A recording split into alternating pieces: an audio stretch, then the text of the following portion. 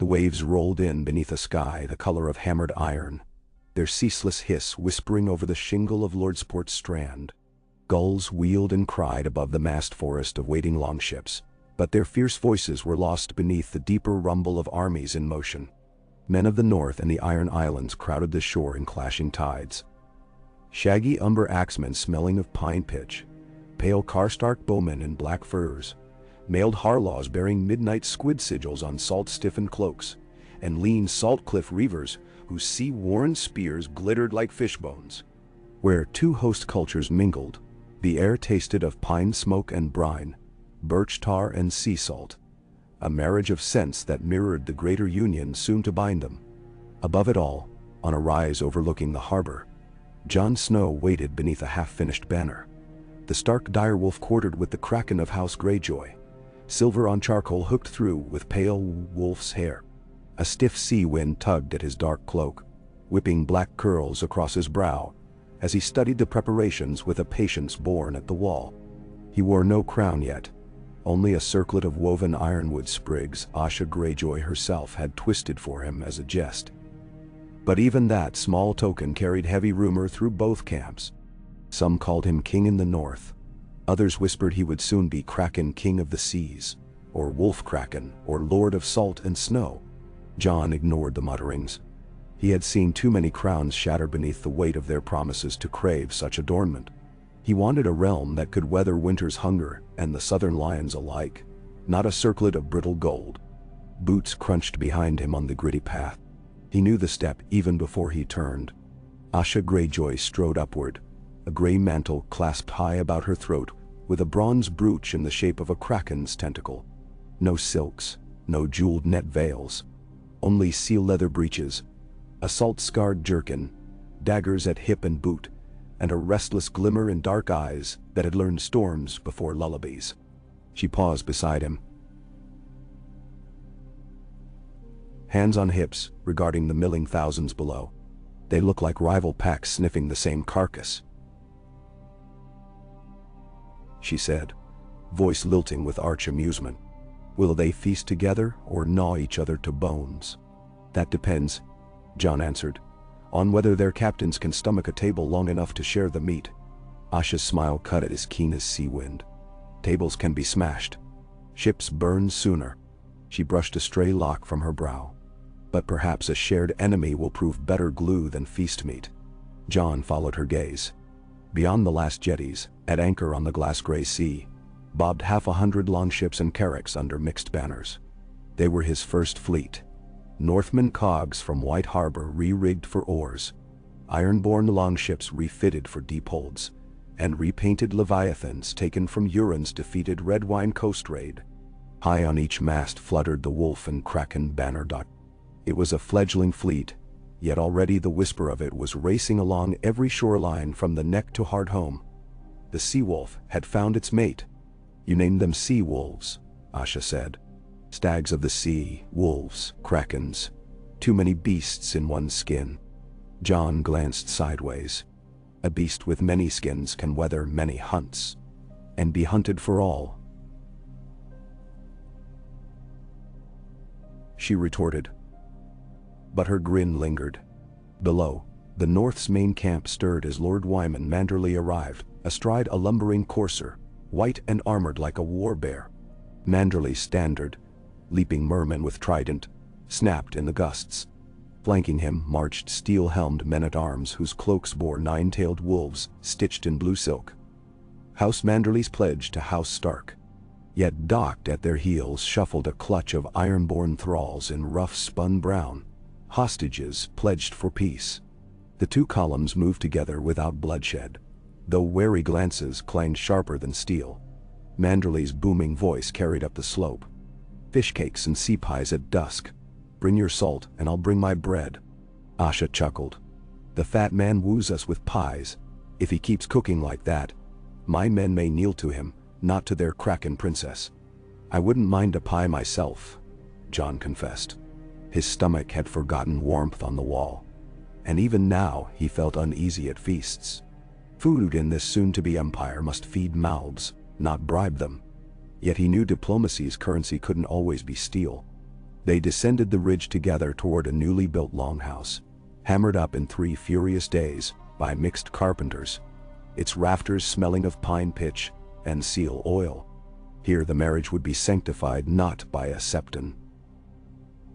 Asha's drowned men would never permit one, but by a nameless weeping tree carved into likeness of both old gods and drown. A compromise of faith, half roots, half surf. The heart-face weeping sap wore a driftwood crown. At its base a stone bowl cradled salt water into which northern children had shed fresh pine needles. Faith braided like salt sweat in snow. Inside the dim hall, torches guttered in brackets, fashioned from salvaged oarlocks. Benches ringed a cleared earthen floor where stag hides lay overlapping. Near the weeping tree waited Jon's chosen witnesses, Tormund Giantsbane, broad as a shield wall, who had come south to stand for free folk. Sansa Stark, robed in pale wolf gray trimmed with Myrish lace, her copper hair pinned up with pearls. And Lyanna Mormont, fierce cub of Bear Island, bulking in boiled leather. Each wore expressions as different as winter stars. Tormund grinned wolfishly. Sansa watched with masked worry, and Lyanna smoldered with unspent challenge. Asha's circle stood opposite. Christopher Botley, all salt-sprayed curls and sly conspirators smile. Quarrel the maid, sword strapped across slender hips, and Roderick Harlaw, the reader, who regarded the tree with thoughtful melancholy. Between them, tension crackled like storm air. Yet none withdrew. They had come to tie wolf and kraken, salt and snow. When Jon stepped before the tree, silence unfurled. He laid Longclaw's bare steel across his palms, the pale wolf pommel gleaming. Asha mirrored him with nightfall, the Valyrian blade taken from the good brothers in her youth. Both swords crossed before the heart-face, iron singing as one. "Old gods," Jon murmured, "hear us. We bind blade to blade, heart to heart, salt to snow. Witness." "Drowned god," Asha intoned, "see us rise not from sea but join it to forest. We do not flinch from foam or frost. Witness." They spoke together then, words forged in long negotiation. Promises to defend each other's peoples, to refrain from raiding the North Shores, to open new ports on both seas, to build a fleet whose prows would carry direwolf and kraken south against any who threatened winter realms.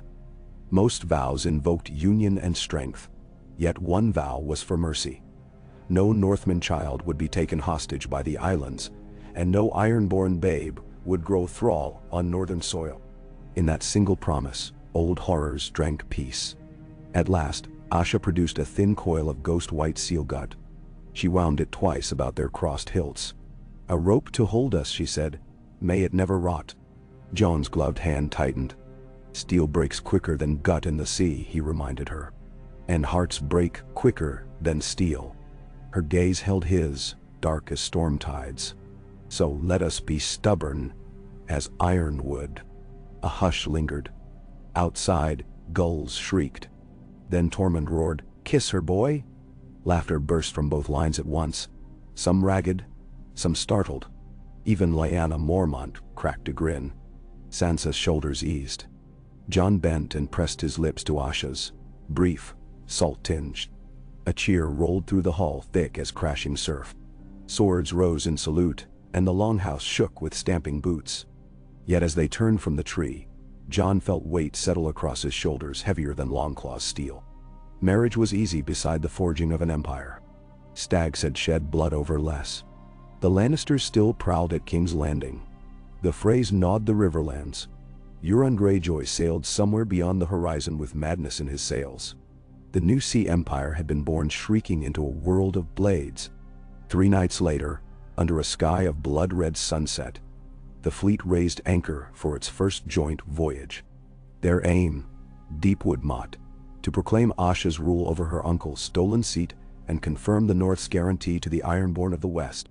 The Sea Wolves led the van, Black Walrus, Sea Snow, Maiden's Bane, followed by Manderley grain cogs heavy with winter stores, and at rear, the Stormcrow Carax captured from Euron, hulls scarred but stanchions reforged by Harlaw blacksmiths. Jon stood upon the wolf-head prow of sea snow, watching gulls wheel behind. At his side, Ghost crouched, mute sentinel, fur rippling. Asha strode the quarterdeck, barking orders. Sailors from Bear Island and Black Tide hauled halyards shoulder to shoulder. Above, square sails unfurled white-gray, bearing the new sigil. Direwolf gripping kraken tentacles in its jaws, all set upon black field. Some muttered it looked like snarling doom, yet many felt pride flicker in their chests. They were embarking on a tale that might one day echo in halls, as loud as Nymeria's crossing. Salt spray kissed Jon's lips. He breathed deeply of it. Somewhere beyond, he could almost hear old Jor Mormont's gravel. "The North needs ships, boy." Well, here they were. Sails filled. Oars dipped. The fleet slid from Lordsport. On the headland, bonfires flared. Manderley's men signaling safe passage. Children of both clans, stocky Northmen and lean island girls, danced under bright sparks as horns blew farewell. The sea swallowed sound until only creak of timber remained. Jon looked toward Asha. She tilted her head, amber glow of evening painting her cheekbones. "Second thoughts, husband. Only about the cooks," he said. "If the Manderley pies spoil before we reach Deepwood Motte, your men will mutiny. Then let them eat Northmen." She grinned, but her eyes softened. "No mutiny while I hold them." She glanced past his shoulder. "Though you've a mutiny of your own." He followed her gaze.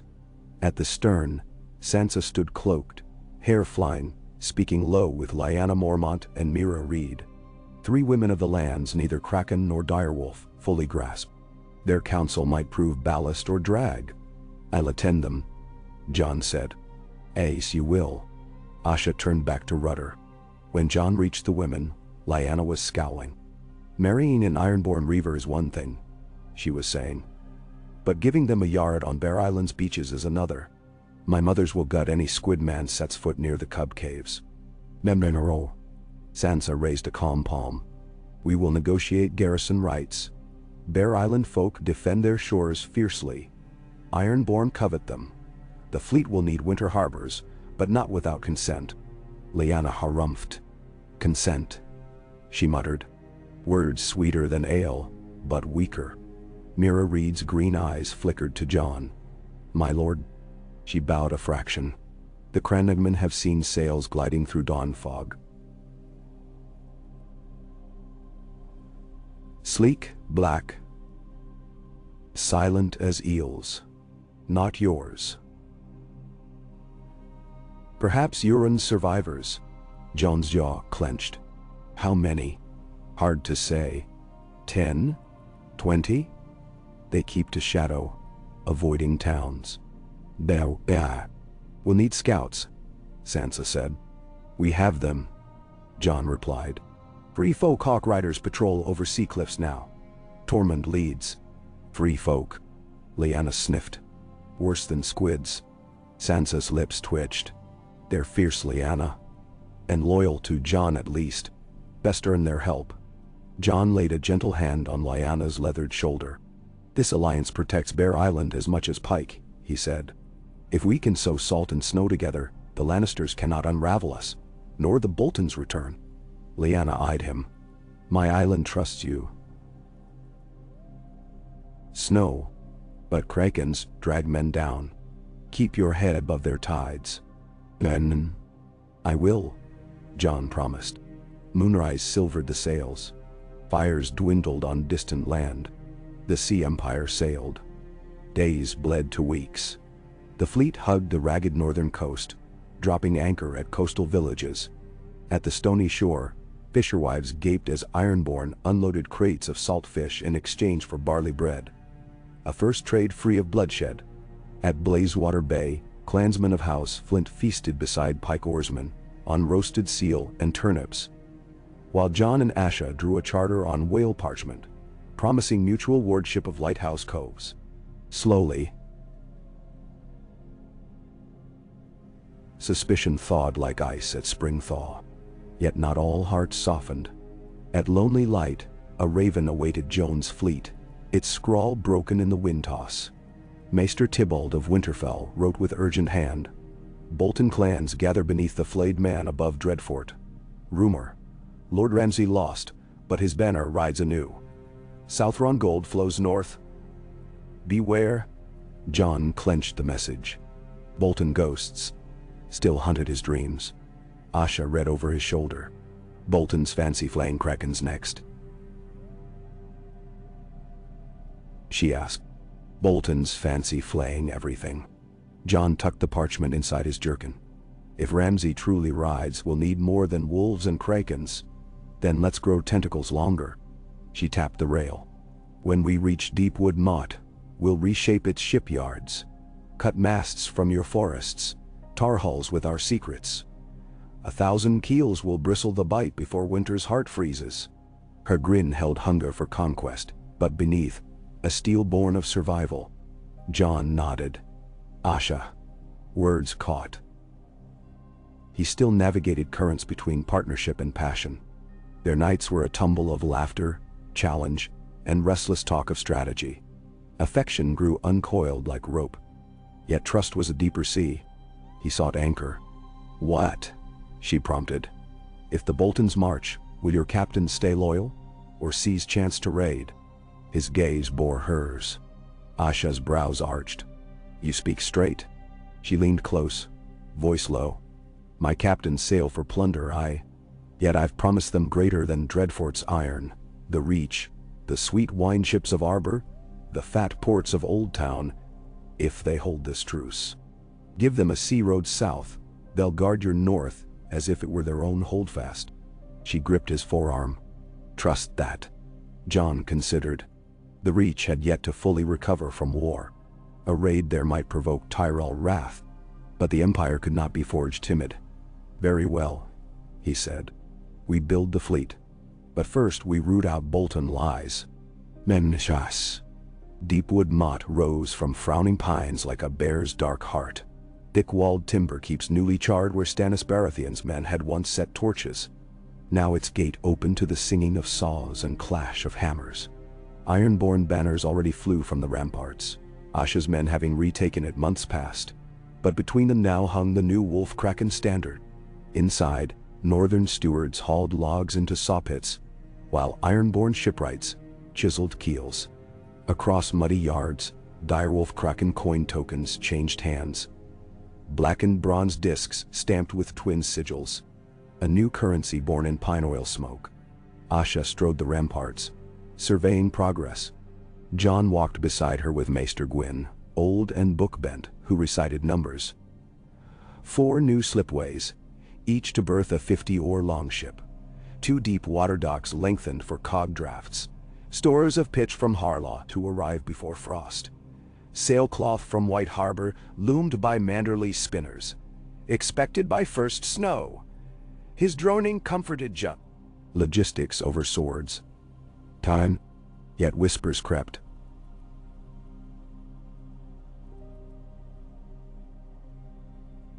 Some northern lords fumed at Ironborn garrisons.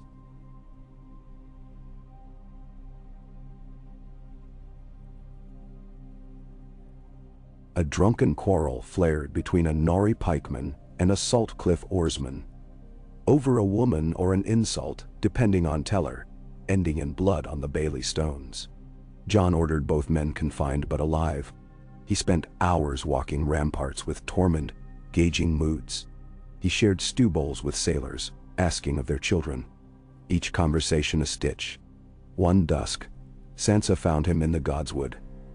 Deepwood boasted a hidden heart tree, ancient and twisted. Crimson leaves fluttered like burning pages. Jon knelt in silent prayer when her voice brushed like snow. You cannot watch every man every hour, Jon. He rose. If I could, I would. You'll break yourself. She touched the rough white bark. A king. I'm no king. For these people, you are. Her eyes were gray lakes. Whether crowned or not, they look to you, and to Asha. You must show them trust in each other, or they'll mirror doubt. Jon exhaled. I trust her. He thought of her laugh, her storm-rough hands gentle in his hair. But I fear those who would use our union to split us. Then show them, You are indivisible. Sansa stepped closer. Hold a king's moot. Jon blinked. A king's moot? That is Ironborn custom. And now northern too, if you claim their sea. She smiled faintly. Let the captains and lords acclaim you both.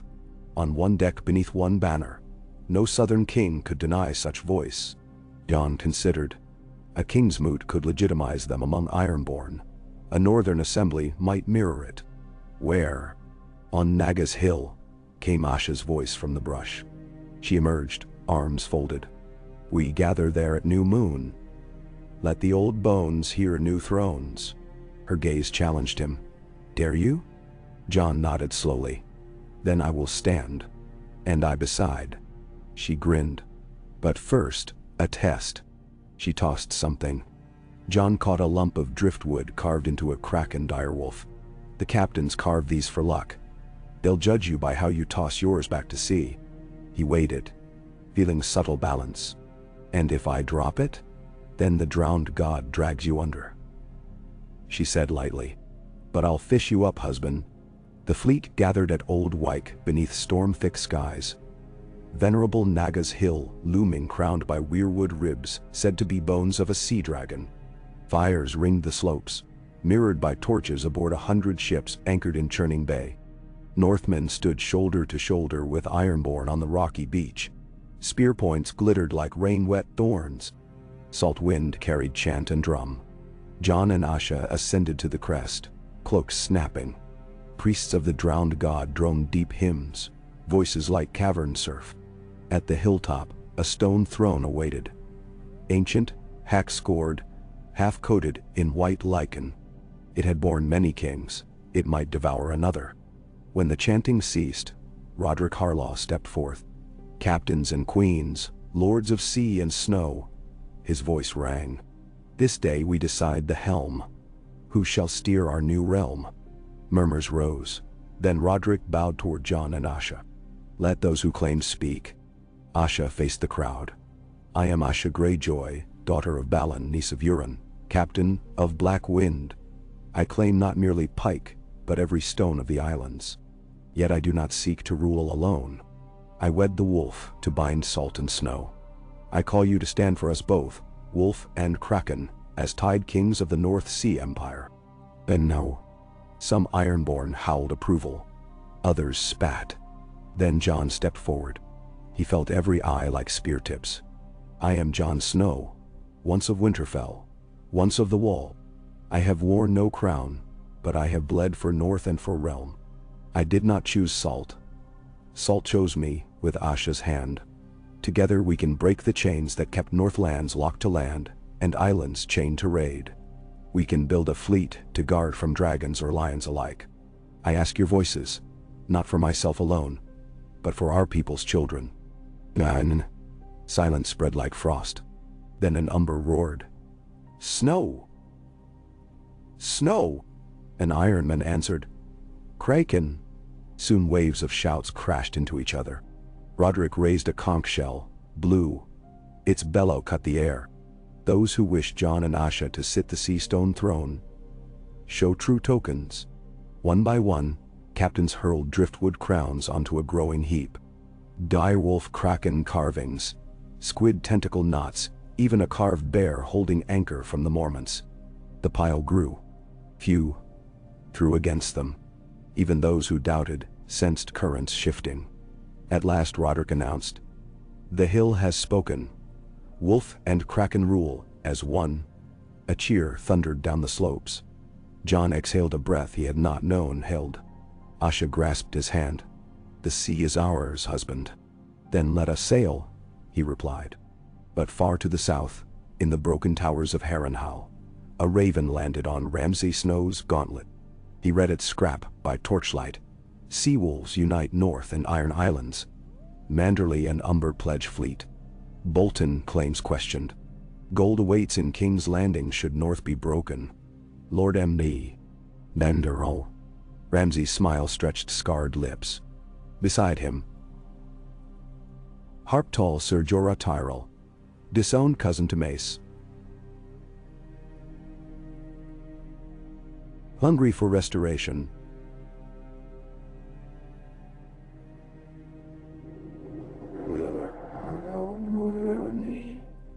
If Bolton banners rise, Tyrell coin flows, Jorah said, voice low. Break their fleet before it grows. Ramsay stroked the raven. They sail wooden toys. Fire burns wood. Dreadfort forges flayed men who love fire. He flicked fingers. A servant scurried with wine. We'll offer them marriage of our own. Steel to throat. Winter's breath crept colder. Snow flurried on deepwood slipways even as hammers rang. The sea wolves multiplied. But with each new ship, rumors of Bolton alliance with Reach sails grew. Ironborn reavers who once boasted of burning Old Town now spoke of black-sailed galleys out of Crackclaw Point, their holds brimming with wildfire casks purchased by Southern coin. The sea had no loyalty, only masters. One dawn, a raven arrived at Jones Tower. Ramsay marches west, 5,000, united with red wine-oared levies bound for Moat Cailin. Strike first, or be hemmed land and sea. Signed, Howland Reed. John stood on the battlements reading. Snowflakes caught in his hair. Asha joined him. He handed the missive. She scanned and spat over the wall. Ramsay gnaws bones before meal. Let's give him gristle. Her eyes glinted. We attack Dreadfort by sea and river. Burn his siege before it sights Moat Cailin. John frowned at the swirling snow-speckled horizon. Our new ships aren't ready, but the old are. She jabbed south. And the stony shore longships know Bolton coast like gulls know cliffs. Strike swift, throat cut, vanish. She traced invisible lines. We cripple supply. Free trespassed villages. Carve route for ground host. John pictured the raids. Ironborn under his banner storming northern hamlets to hit Bolton men. It risked reigniting old hatreds. Yet if they did nothing, Bolton pikes would encircle them. He closed his eyes, hearing wind howl through wall slats at Castle Black. Sometimes the only choice was the blade in the dark. Very well, he said. We sail at next high tide. Ghost padded at John's heel as he strode through Deepwood yards, rallying captains. No loot beyond Bolton arms, he ordered. No torch to home not bearing flayed man. Some Ironborn sneered. Raids without plunder? Yet Asha backed him, promising shares from future Reach treasure as compensation. Night before sailing, John visited the Heart Tree again. Snow dusted its crimson leaves into pale pink drifts. He knelt, head bowed. Memories tumbled. Dard Stark's quiet strength, Ygritte's smoke-warm laughter, Sam's hopeful books, the dead he could not save. He whispered, not for victory but for balance. Let his blade guard the living. Footsteps crunched. Lyanna Mormont approached, carrying a small chest. She set it before him. Inside, nestled in bearskin, lay a circlet of black iron shaped like interlocked wolf and kraken. For the raid, she said. Wear it, so they know the North fights too. John touched the cold metal. Thank you. Lyanna's eyes shone. Bring it back, bloodied, not broken. At dawn, the sea wolf slipped from Deepwood's New River wharfs into the churning bight.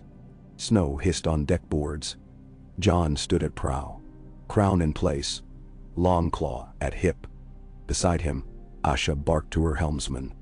Net-veiled rigging crackled with ice. Men blew into fists. Their target, a supply depot at Barrowton seized by Bolton levies. Spies reported stockpiles for Ramsay's march.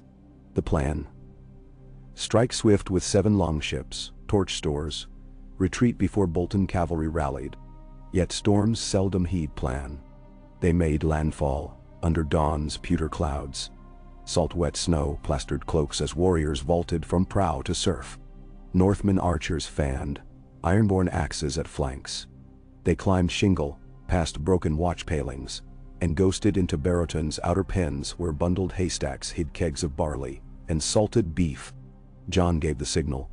Flaming arrows. Orange tongues licked snow. Within heartbeats, smoke billowed. Alarm horns shrilled inland. Ironborn reavers whooped, but John barked restraint. No looting. They fell back toward ships just as Bolton riders thundered over ridge, banners streaming. Arrows hissed, spears clashed. Jon swung Longclaw, its Valyrian steel cleaving through a rider's raised axe as if through mist. Asha fought beside him, nightfall weaving silver arcs. Northmen's shield wall anchored their formation. Free folk javelins whistling from behind dunes. Flames devoured Bolton's stores. Black smoke curled into low cloud. But more riders spilled over crest, too many. Retreat sounded. Warriors pelted down slope to surf as horse hooves churned snow. Jon held the rear guard with Tormund, blocking passage. A lance point grazed Jon's shoulder, ripping mail. He felt blood hot in cold air. Ghost leapt, fangs at a horse's throat, sending beast and rider crashing. They reached shallows. Sailors hauled men into boats under arrow rain. Asha was last, dragging a wounded Harlaw by collar. Jon shoved her aboard, then vaulted after even as a Bolton bowman loosed. The arrow clanged off Ghost's helm as the direwolf bounded into surf. Foam frothed red where shaft struck a sailor's thigh. Oars bit water. Longships pulled away. Bolton riders rinded at shore, impotent beyond bowshot. Behind them, Barrowton's smoke spiraled black against snow sky. On deck, Jon's blood-flecked cloak. Asha bound his shoulder with sailcloth torn. "A scratch," she said, "but counts as first blood of Empire." Jon hissed, pain bright. "Not first, Asha, only first of many." She met his eyes, storm and steel. "May the last be ours." Winter thickened. Word of the raid spread as quick as frost. Sea wolves burned Bolton larders. Moorsumber's scouts reported Bolton supply lines faltering. Deserters fled into woods. At Moat Cailin, Bolton vanguard stalled. Yet southern cell sails still mustered at salt pans, wildfire in hold. Jon knew bigger storms brewed. In deep woods, Council Hall, Northmen and Ironborn argued over next strike. Some pressed for sweeping raids along Bolton coast. Others urged defense of neck passes. Amid shouted voices, Sansa proposed an audacious plan. Take Torrhen's Square, the ancient seat of House Tallheart, now Bolton held, guarded crossroads to west. If captured, it would sever Ramsay's marches and give Jon a land fortress allied with a river harbor for their fleet. Arguments raged. Torrhen's Square lay well inland. Longships could sail up the Wolfsden River but risked traps. Yet the prize tempted captains eager for glory. Asha studied charts, then slammed her dagger down. "We'd do it," she declared. "Ramsay expects sea raids. He won't guard the river." Jon's council split. Manderley promised grain convoy. Lyanna offered Bear Island spears. Reed marsh trackers would guide ships along hidden tributaries. The plan grew. On frost-silver dawn, 30 longships ghosted up rivers veiled in morning fog. Pine banks mirrored their passage. Crows erupted at drumbeats muffled beneath tarpaulins. When Torrhen's Square rose ahead, stone walls dusted white, Bolton banner drooping. Its sentries hardly glimpsed the fleet before reavers swarmed the quays. Jon led the first over parapet on grappling lines. Ghost bounded ahead, crimson eyes. Northmen followed, howling. Snow! Snow! Bolton defenders scrambled, caught asleep, and outnumbered. Within an hour, the flayed man banner burned. In its place climbed the direwolf Kraken standard. Yet victory bore price. A stray crossbow bolt pierced Roderick Harlaw's thigh. Maester Gwyn feared lingering infection. Worse, captured Bolton ravens hinted that Ramsay had allied with Lady Ellery Tyrell's nephew Garland, acting beyond reach of Oldtown, seeking vengeance for Ironborn raids of Arbor. Their combined host might march north with Reach Knights and southern siege engines. Jon faced his captains in Torrhen's Square Great Hall, under rafters still scarred by Bolton hooks. "We hold the castle," he said. "We open its smithies to forge chain links for our fleet. We stock harbors with northern grain. But we must anticipate the Reach." Asha leaned over map. "But then we strike the Reach before it strikes us." Manderley coughed. "Old town walls are tall as Hightower. The reach fields more knights than grass blades. A sea empire rules waves. Asha retorted. Cut their ports, their knights starve. Eyes turned to Jon. He weighed memory of Maester Luwin's tales. Old Town, Arbor Wines, Citadel. To sail so far south would expose their back to Euron's remaining forces, to storms. Yet to stay might doom them when golden roses marched. He spoke slowly. We must finish the fleet. 100 ships by first thaw. Then we sail. He lifted Longclaw. North protects by biting, not waiting. Captains pounded fists on tables. The die was cast. Under winter lanterns, sawdust snowed in deep-wood shipyards day and night. Women braided sailcloth by hearthlight. Blacksmiths hammered nails red-hot dot. Children carried pine sap for pitch. Tormund whipped free folk volunteers into work crews, boasting he could build a ship from ice alone. Even Sansa rolled sleeves, organizing ration lines and infirmaries. The sea wolves became not just warriors, but carpenters, spinners, healers, a people forging identity. Amid bustle, Jon and Asha found moments alone beneath new-built lighthouse overlooking the Bight. There, they shared wine and silent awe, watching skeleton masts rise like dark forests. Sometimes they spoke of children. Hers? His? What bloodline they'd call themselves. Other times they sparred in words, strategy as foreplay, each thrust of idea blocked with cunning riposte. One night, after a long council, Asha leaned on the parapet. Below, waves slapped pilings, moon bright on foam. When I was a girl,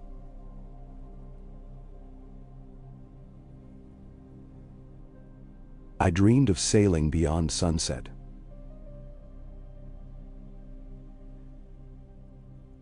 Now I'm anchored in snow. Jon touched her salt-coarsened hair. Anchor's not prison. It grounds, yet you still ride tide. She looked up, eyes tired. Do you think we can keep them from tearing each other apart? Northmen call my folk reavers. Squids.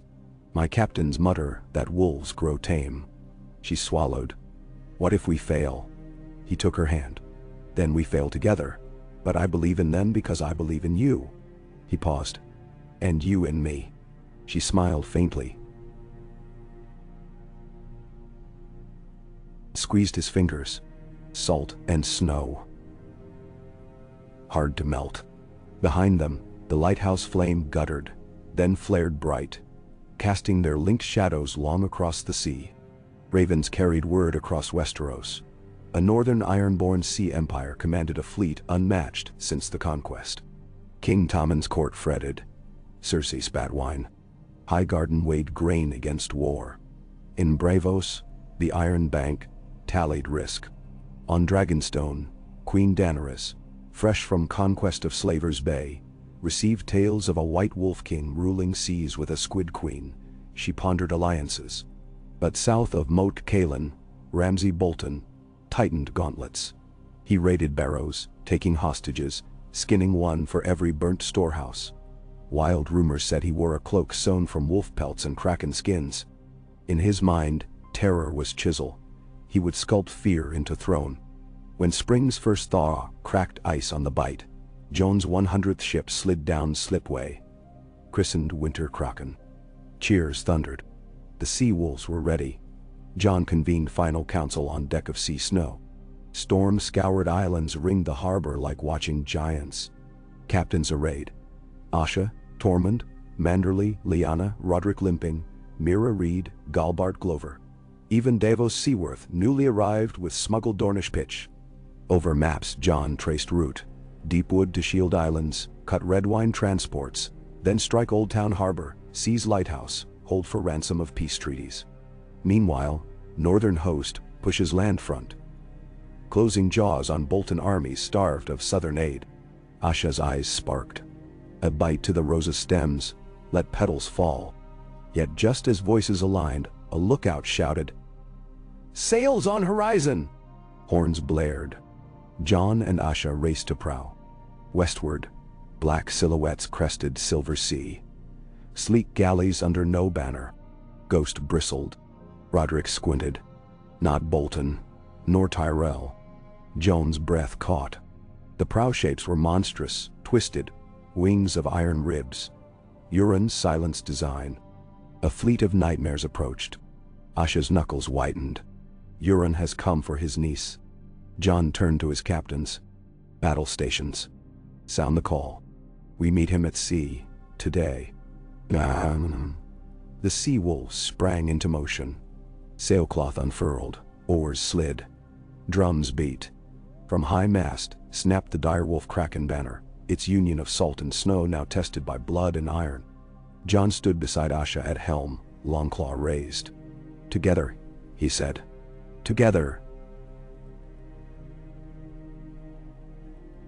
She echoed, and the sea empire surged toward destiny amid roaring surf. Gull cries drowned by clash of drums, as storms gathered overhead, and history's ink readied its darkest strokes. A.K. The first boom of the storm cannoned across the water like the roar of a breaking glacier. Thick, thunderous, and laced with foreboding. Sea snow listed under the sudden punch of wind, its timbers groaning, while the wolf Kraken banner snapped in frantic agitation above the masthead. Spray exploded in silver sheets over the prow, stinging cheeks and soaking cloaks that had only just begun to dry after the winter's thaw. Jon braced against the rail, feet planted wide, eyes fixed on the black silhouettes looming ever larger upon the horizon. Euron's flagship, Silence, cut the gray waves like a shark's fin, her prow carved into a screaming human face whose open mouth swallowed the sea's spray. Flanking her glided 24 nightmare twins. Hulls painted pitch dark, oars bristling like centipede legs, sails dyed the color of dried blood. Each mast carried a ragged iron crown, cruel spikes glinting when lightning seared cloud to bone. Behind Jon, the sea wolves burst to action. Deckhands in direwolf patched furs clambered ratlines. Ironborn veterans barked orders to northern youths, still green to broadside war. Northmen answered with curt nods, determination sharpening their features. Snowmelt slicked planks became a tangle of booted feet, coiled ropes, and the quick flash of axes passed hand to hand. The uneasy alliance forged in Deepwood found its crucible here, where oaths mattered less than the man beside you, when the ram's head smashed hull. Asha strode toward the helm, wet braid whipping like a sea serpent's tail. "Spears forward, grapnels on the starboard racks," she shouted, one hand cupped to her mouth to throw her voice across the gale. "Archers to the aft castle, string now, curse you, or Euron's crows will pick your eyes for supper." Tormund Giantspan lumbered into view on a higher deck, red beard streaming. He threw back his head and loosed a laugh wild enough to shame thunder. "A fine day to gut squids," he bellowed, brandishing a broad-bladed axe, as though it weighed no more than a carving knife. Free folk archers clustered around him, arrows nocked, faces painted with ash and bare tallow. Jon vaulted the short ladder to the quarterdeck, true-born winter settling in the pit of his stomach. He had fought dead men on the ice, battled knights in castle yards, and stared into the black eyes of beasts older than memory. Yet here, balanced between wave crest and storm cloud, he felt the raw edge of something deeper. A destiny that could either tether salt and snow forever or shatter two peoples in one cold hour. Asha took the wheel, nightfall sheathed across her back, her salt-scarred fingers steady on the worn oak grips. "Wind's turning," she muttered. "Storm'll break over them first. If silence loses wind for a heartbeat, we charge." Jon scanned the sky. Bruised purple swells of cloud gathering like a fist. Lightning flickered in their bellies, and between bolts he glimpsed the ragged gulf where the sun should have been. "If the squall swings north, it'll cage us against the shoals," he warned. "Then we bleed on rocks." Asha's grin flashed. "Better rocks than Euron's knives." Trumpets shrilled from the Iron Kraken, Manderley's heavy cog serving as supply keystone. Scores of longships fanned out behind it, prowheads carved by northern artisans into wolves, with Kraken tentacles curling from jaws, the sea wolves at full cry. Lyanna Mormont's she-bear surged to port, rowers beating a drum cadence that rattled Joan's ribs. between them all. Sails strained and snapped like the wings of restless giants. Euron's fleet advanced in perfect silence, save the slap of oars. No drums called cadence. No horns announced their war lust. It unnerved men more than any howl. On silences, mast a single pale lantern swung. Bone cage, witch-green flame.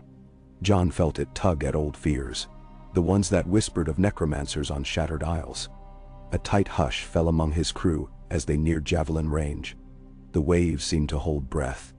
Even the gulls wheeled mute. Then Asha snapped, "Arrows!" and the first volley soared from Sea Snow's aft castle. Dark shafts hissed through rain-torn air.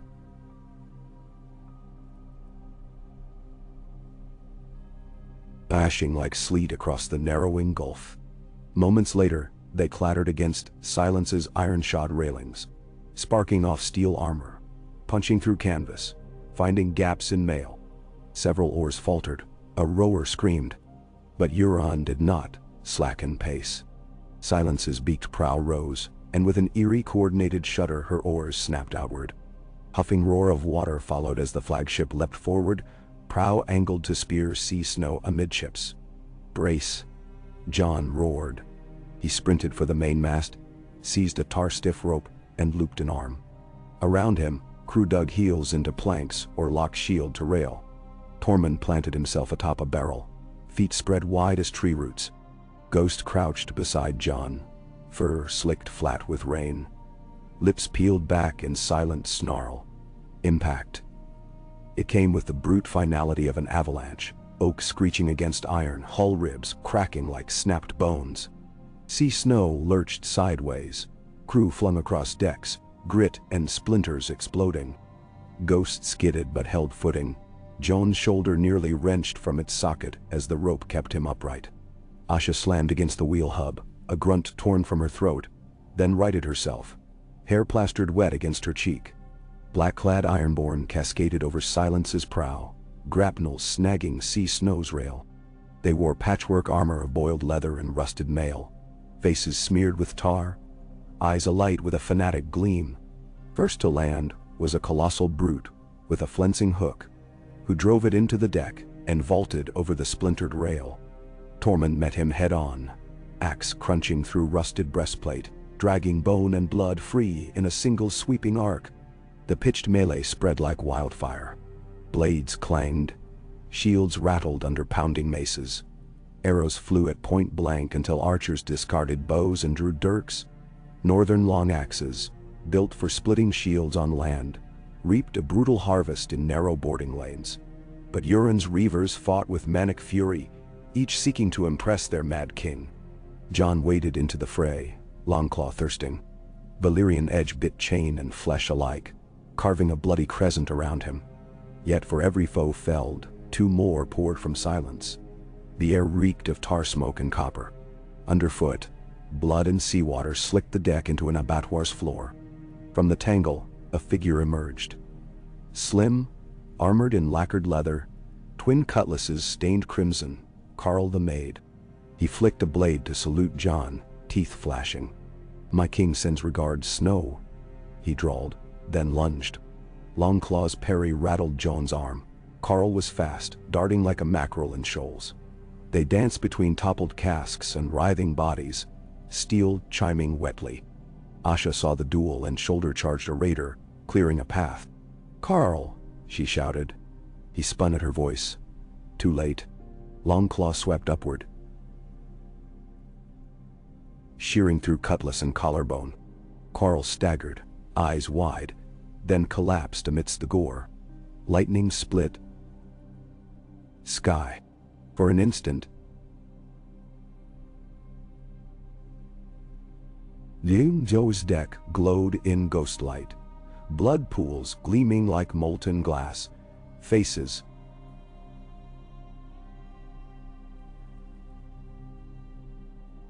unstark and skeletal. And there, astride the rail of Silence, stood Euron Greyjoy. His black leather coat flapped like gargoyle wings. Sea salt crusted his beard. Around his throat hung a leather thong threaded with 3 human tongues. shriveled and gray. His eye patch, studded with a single sapphire, sparkled, catching the lightning's fierce illumination. He raised a horn fashioned from a kraken's beak and blew. The sound was low, predatory, vibrating bones rather than ears. A hush fell, as though even storm and blade paused to listen. Then Euron laughed. High, exultant, the sound of a drowning man rejoicing in final air. "My beloved niece," he called over the rattle of rain. "Did you think you could marry and forget me? A wedding gift, fire and silence." With a flourish, he drew a dragon glass-handled pistol crossbow, an extravagant weapon from the free cities. He leveled it at Asha, loosed. Jon lunged, driving her aside. The bolt grazed her upper arm, lodging in the stern rail. She snarled, yanked a throwing axe, and hurled it. Euron twisted. The axe glanced off his shoulder, slicing leather but leaving him upright. "Too slow," he mocked. He vaulted, cloak unfurling, landing catcher on Sea Snow's deck. His swords flashed like twin vipers. Slimmer than western longswords, curved foreign steel etched with glyphs Jon could not read. Around him his crew formed a vicious ring, locking shields, howling encouragement. Jon planted himself between Asha and Euron. Ghost padded to flank, crimson eyes fixed on the Pirate King. Lightning flickered again, painting the tableau onto Jon's memory with merciless clarity. Euron's grin carved by madness, Asha's blood streaming down her sleeve, warriors circling in hungry orbit. "You'll find no silence here, Euron," Jon said. "Only snow and salt. And the end of you." "End?" Euron chuckled. Rain ran off his hat brim like tears. "I have ended kings, bastards, priests, dragons in dreams. You're but another wave, Lord Snow. Waves break." He lunged. Metal rang taut. Longclaw met Valyrian steel, filched from old Volantis.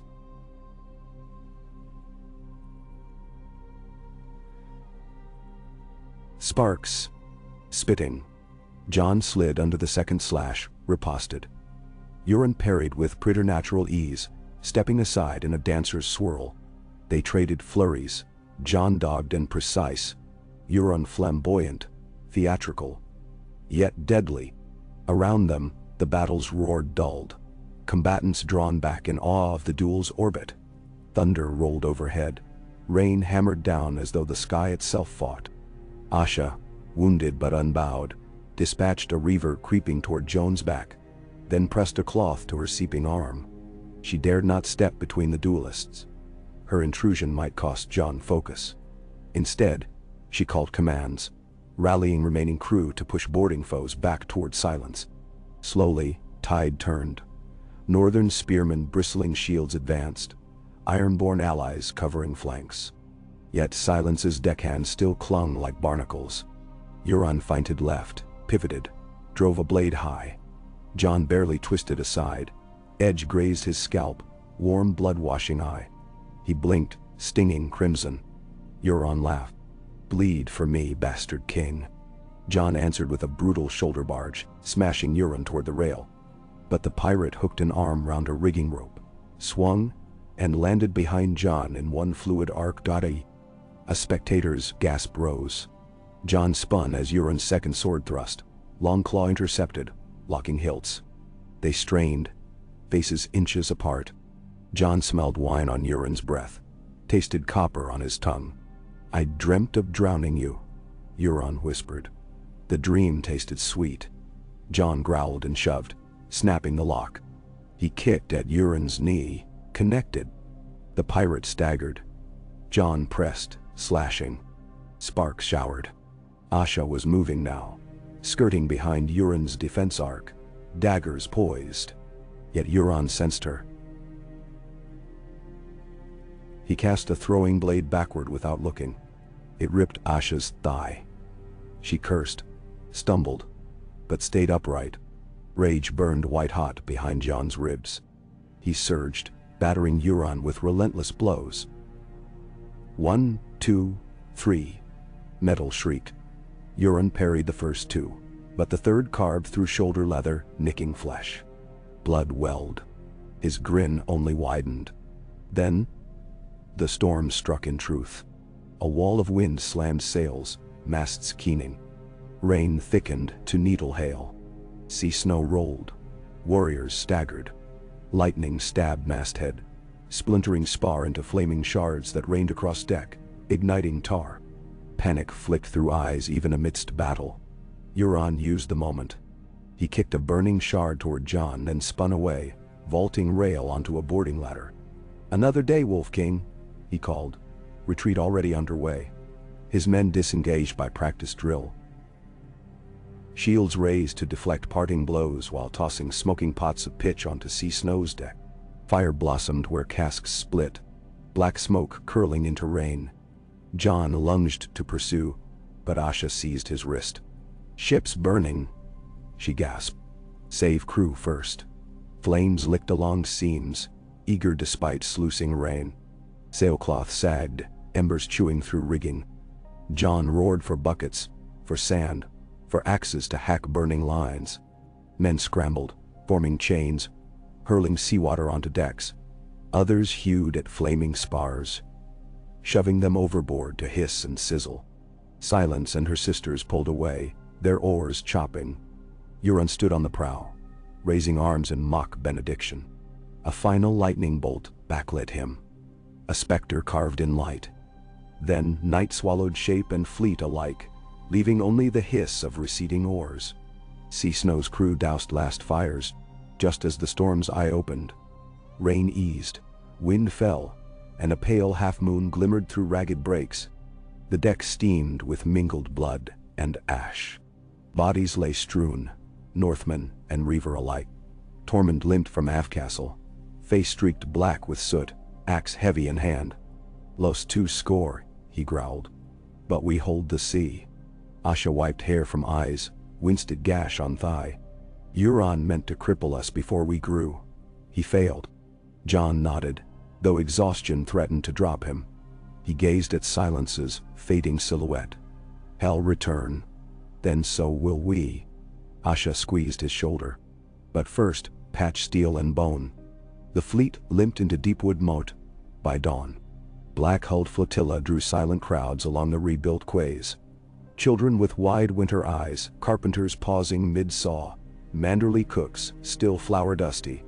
When Sea Snow docked, healers rushed aboard. Sansa waited at the gangplank, cloak billowing, eyes searching until she found Jon. Relief flashed. Then she took charge, directing wounded to infirmaries. Jon disembarked last, long claw black with dried blood. He touched Sansa's arm. "We won, but only barely." "You're alive," she said, voice trembling with quiet fervor. "That is our victory." Maester Gwyn inspected Asha's thigh, decided stitches were needed. She waved him off until crew were tended. Jon escorted her toward the longhouse converted to sick ward. Every few steps men saluted, some with raised fist, others with two-fingered tap to heart in Ironborn style. Unity wrought in open flame. Inside the ward, the air was thick with pine resin and the iron scent of blood. Row upon row of rough cots held groaning sailors, torches guttered, casting long shadows. Yet among the suffering lay solidarity. A Karstark boy held hands with a Saltcliffe Reaver whose missing arm was hastily bandaged. Brienne tall free folk shieldmaid spooned broth into the mouth of a Wintertown fisherman. The sight carved a strange ache behind Jon's sternum. War had forged unlikely brotherhood. But each limb lost, each life extinguished, demanded purpose beyond mere survival. He met Asha's gaze.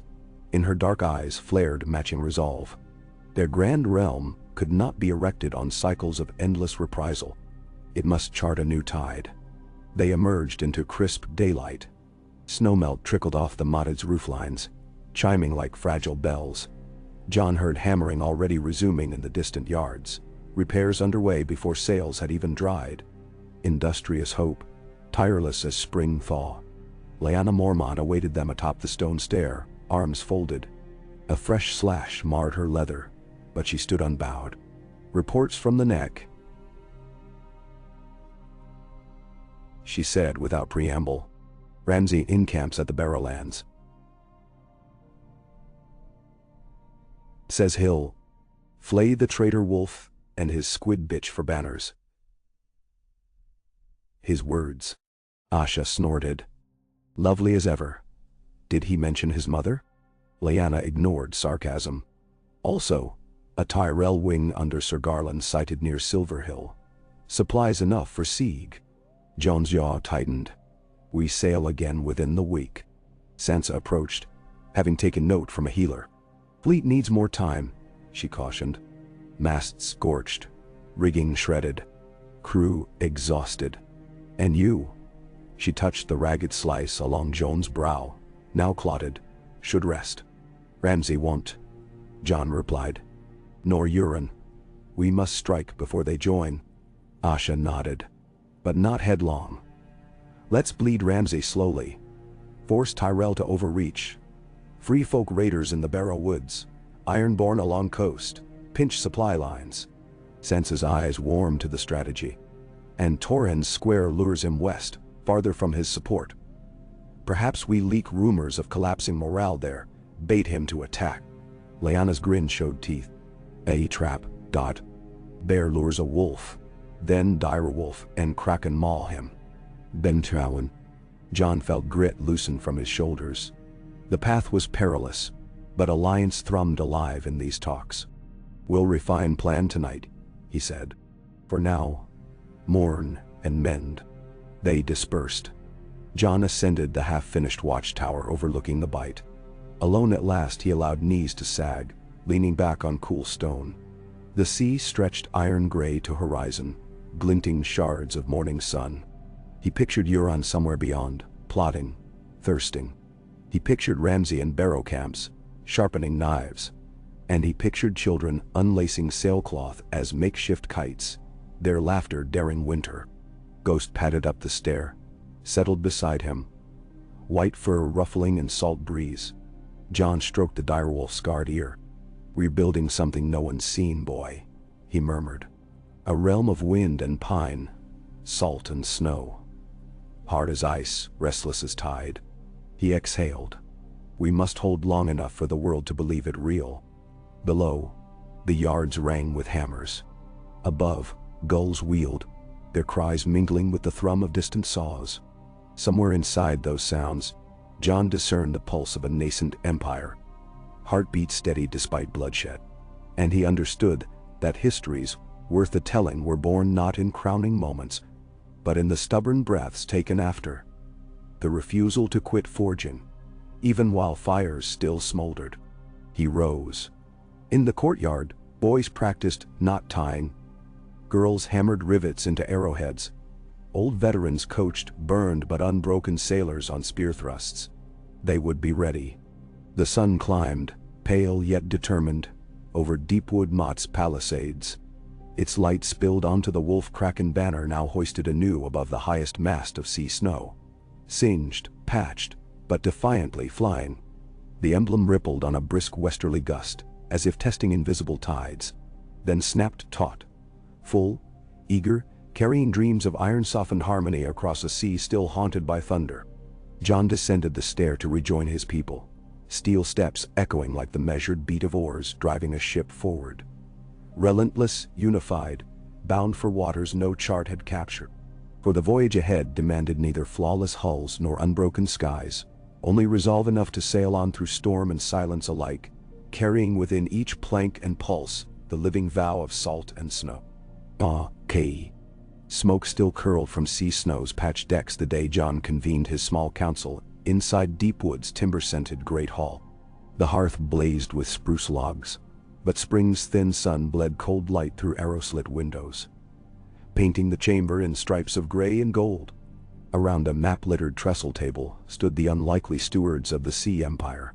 Sansa in pale wolf-gray trimmed white ermine, Lyanna Mormont dwarfed by an iron-bound chair yet radiating command, Lord Wyman manderly pink-cheeked and formidable in quilted velvet, Howland Reed shifting like a shadow near the wall, Roderick Harlaw balanced on a crutch. Weatherware G's. Jon's brow still bore a butterflied wound, hair unbound so the gash could breathe. He traced a charcoal line south from Torrhen Square. Ramsay camps here, beyond Barrow Hall. His outriders scour every track between the Fever River and the King's Road. He waits for Tyrell wagons before pushing on Moat Cailin. Howland Reed tapped a reed-thin finger on the river marshes sketched in faint strokes. The next rains have flooded our causeways. Heavy carts will bog. Knights will founder in mire. A slow beast is a doomed beast. Asha sipped. So we bleed them before they reach firm ground. Hit their flanks with free folk raiders, cut supply lines at night, disappear before dawn. She flipped a dagger, let it clack point first into the plank floor. But only Netling Ramsay won't break him. We need one sharp wound. Sansa leaned forward. Then let him wound himself. We'll bait him with Torrhen Square. Gossip already reaches his camp. Your fleet battered, the castle undermanned, spirits low. He craves dramatic victory. She met Joan's eyes, daring him to disagree. Open a gate. Let him believe cowardice or treachery has cracked our hold. Lyanna snorted. Hell smell trap. Boltons trust fear more than wits. Manderley rumbled. Promise him soft meat and hell bite. Eyes closed. Tormund thumped the table, sending cups rattling. While Pinkman sprawls in feast hall fancying himself victor, we spring claws. He flashed a wolfish grin. A battle indoors. Close. Hot. No room for horse tricks. A hush settled as the plan coalesced, each mind racing through its perils. Finally Jon nodded. We seed the rumor tomorrow. Howland's Crannogmen will slip tongues into Ramsay's camp. 4 nights later, the fleet lands a quiet garrison beyond the North Palisade. When his banners stream through Torrhen's main gate, we close it behind him. He rested a palm on the map's rough canvas. No innocents caught between us. We've evacuated every crofter and herdsman within 2 leagues. Asha drained her goblet and set it down with deliberate care. What of the Reach host? Garland's knights will smell smoke from leagues. If they arrive while we're locked in the square. Roderick Harlaw cut in, voice rasping like rope through hawse. My scouts report Tyrell banners still mustering near Golden Grove. They've barrels of arbor wine, carts of grain, wagons of siege timber. Their pace is a wedding dance. His thin smile held no mirth. Asha's Black Wind raiders sail at dusk, strike their river crossings, torch forage stacks. Knights without oats are peacocks without tails. Jon glanced to Asha. Her answering nod was curt, businesslike, yet sparks of excitement danced behind her sea-dark eyes. Take only veterans, he cautioned. No plunder, only torch and vanish. She saluted mockingly. No jewelry for me, husband. Only charcoal. Then, plans set. The council dispersed to rouse men and pen orders. Sansa lingered, folding away parchments. Jon caught her sleeve. This trap, if it fails. It won't. She offered a thin, but genuine smile. You forget I learned from the best player in King's Landing. Ramsay plays thrash metal. I compose symphonies. Jon managed a ghost of a laugh. 7 save us from your symphonies, little sister. Twilight draped itself in bruised violet as Asha's task force slipped down the bight. Black Wind led 6 lean raiders, their sails painted wolf gray for night cover. Oars whispered, torches were shuttered.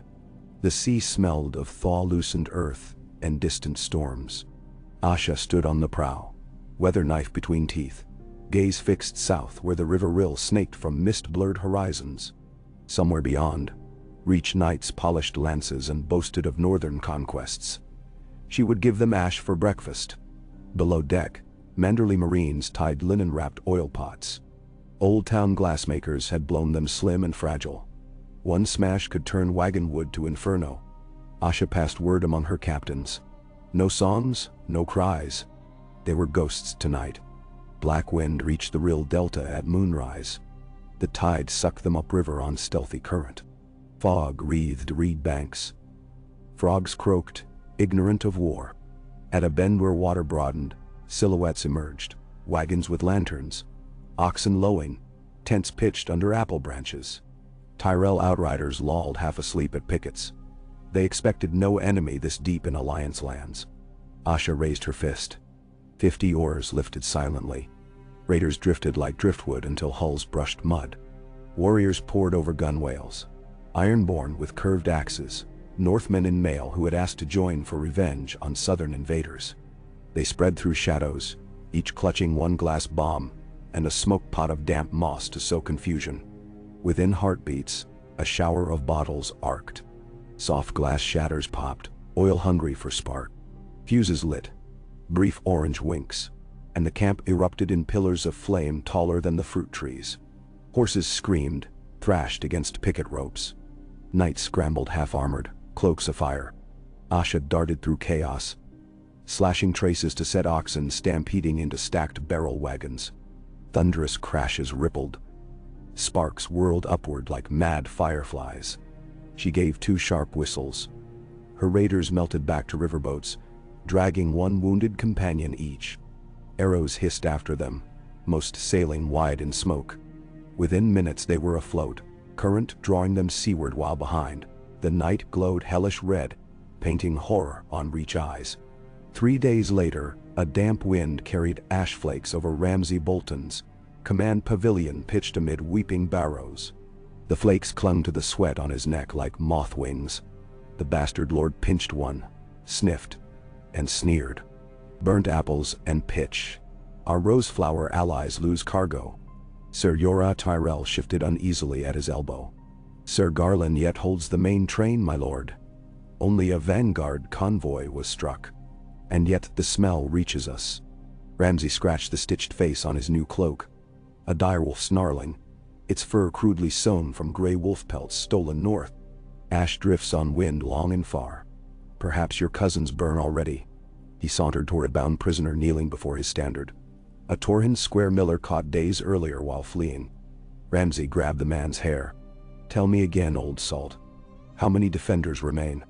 F-50 at most, my lord. The miller stammered. Half sick. The rest children. Ramsay's pale eyes glittered. And the fleet? How fares our dear Snow? He sails north to mend his ship. The square's scarcely provisioned.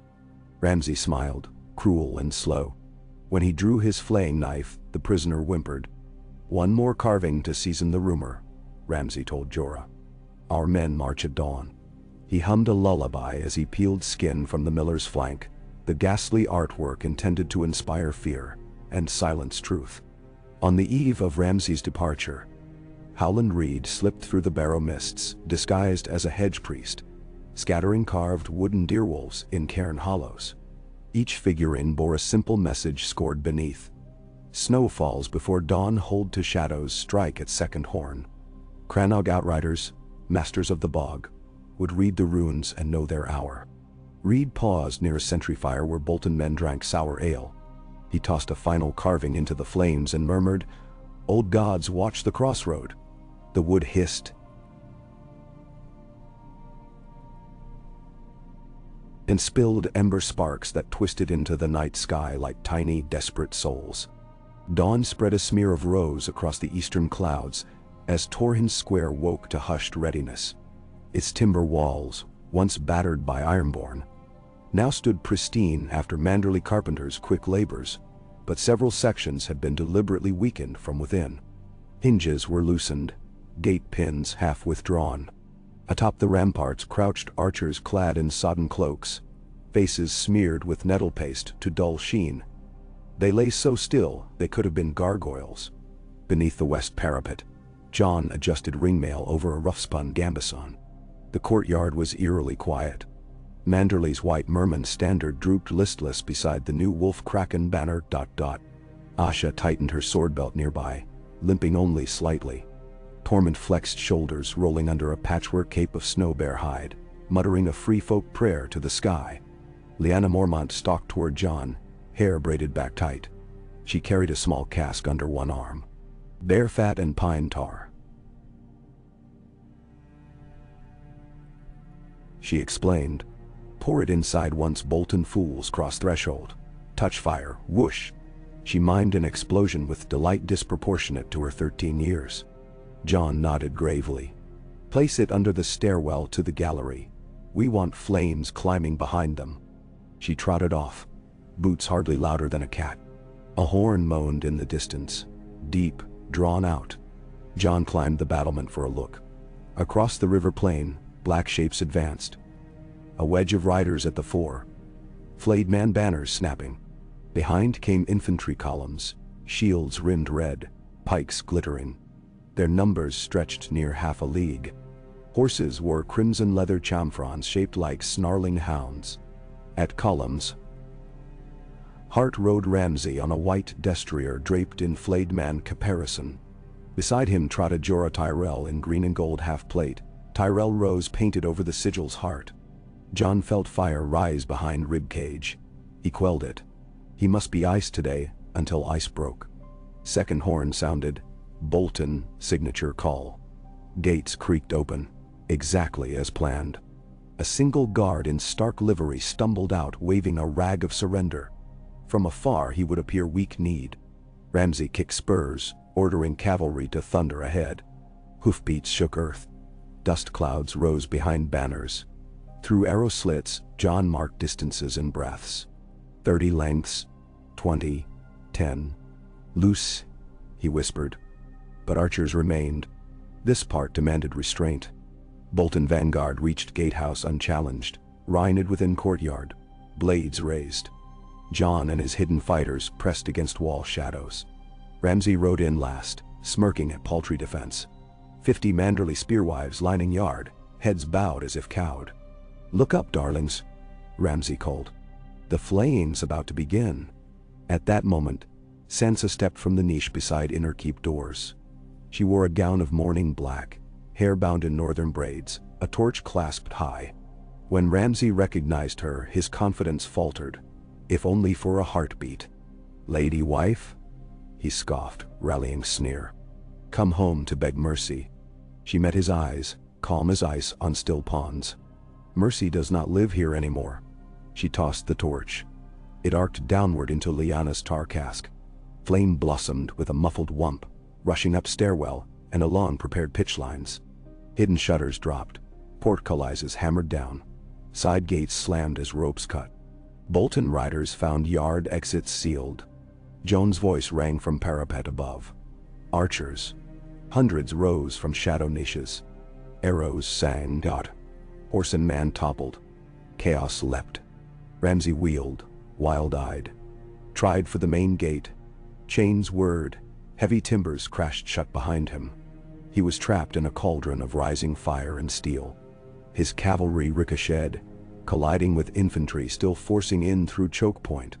Panic spread like plague. Tormund bellowed, leaping from gallery onto a passing horseman. Axe hacking. Free folk climbers dropped lines from rooftops, swinging into fray with curved bone blades. Ironborn shield crews emerged from cellar doors to form walls, pinning Boltons against burning stables. The din deafened. Screams of horse, clash of iron, roar of flames. Bolts hissed. Ramsay slashed, his bastard sword a crimson blur. A Manderly guard fell headless. Jorah Tyrell rallied a knot of reachmen, trying to shield their ally lord. But smoke stung eyes and confusion reigned. Jon descended a rope ladder into Yard's heart.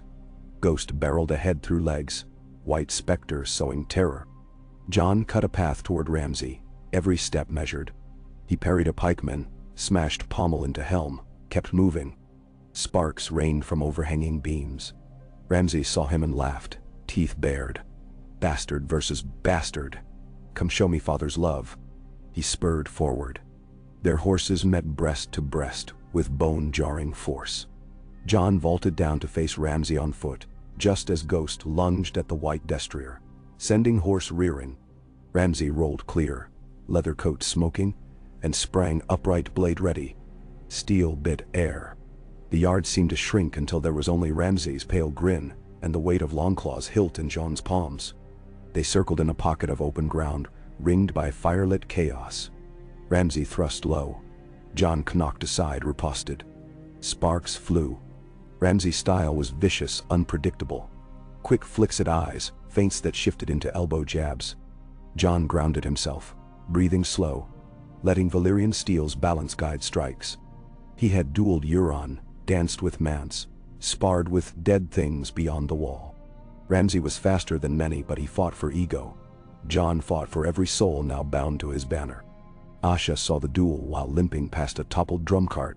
She wanted to join, but Tormund shouted, "Let the wolf have his prey," and pushed her onward to flank Tyrell Sellswords trying to rally. Ramsay's grin cracked when Jon slipped under a high cut and carved his thigh. Blood sprayed, mixing with ash. Ramsay snarled, slashed wildly. Jon ducked, sliced again, shoulder this time. The flayed man lord staggered. A crooked whistle shrilled, Jorah Tyrell calling retreat. Bolton men tried to breach gateway but found archers raining from murder holes. Smoke thickened. Rafters collapsed in sparks, crushing riders. Jorah's banner fell when an Ironborn hurled a grapnel, yanking him beneath hooves.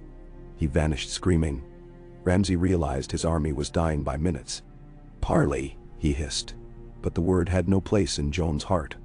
"You flay children," Jon answered, voice low. "The North will never kneel again." He drove Longclaw in a two-handed thrust. Ramsay parried but arm buckled. Valyrian edge bit through wrist bones, severing sword hand.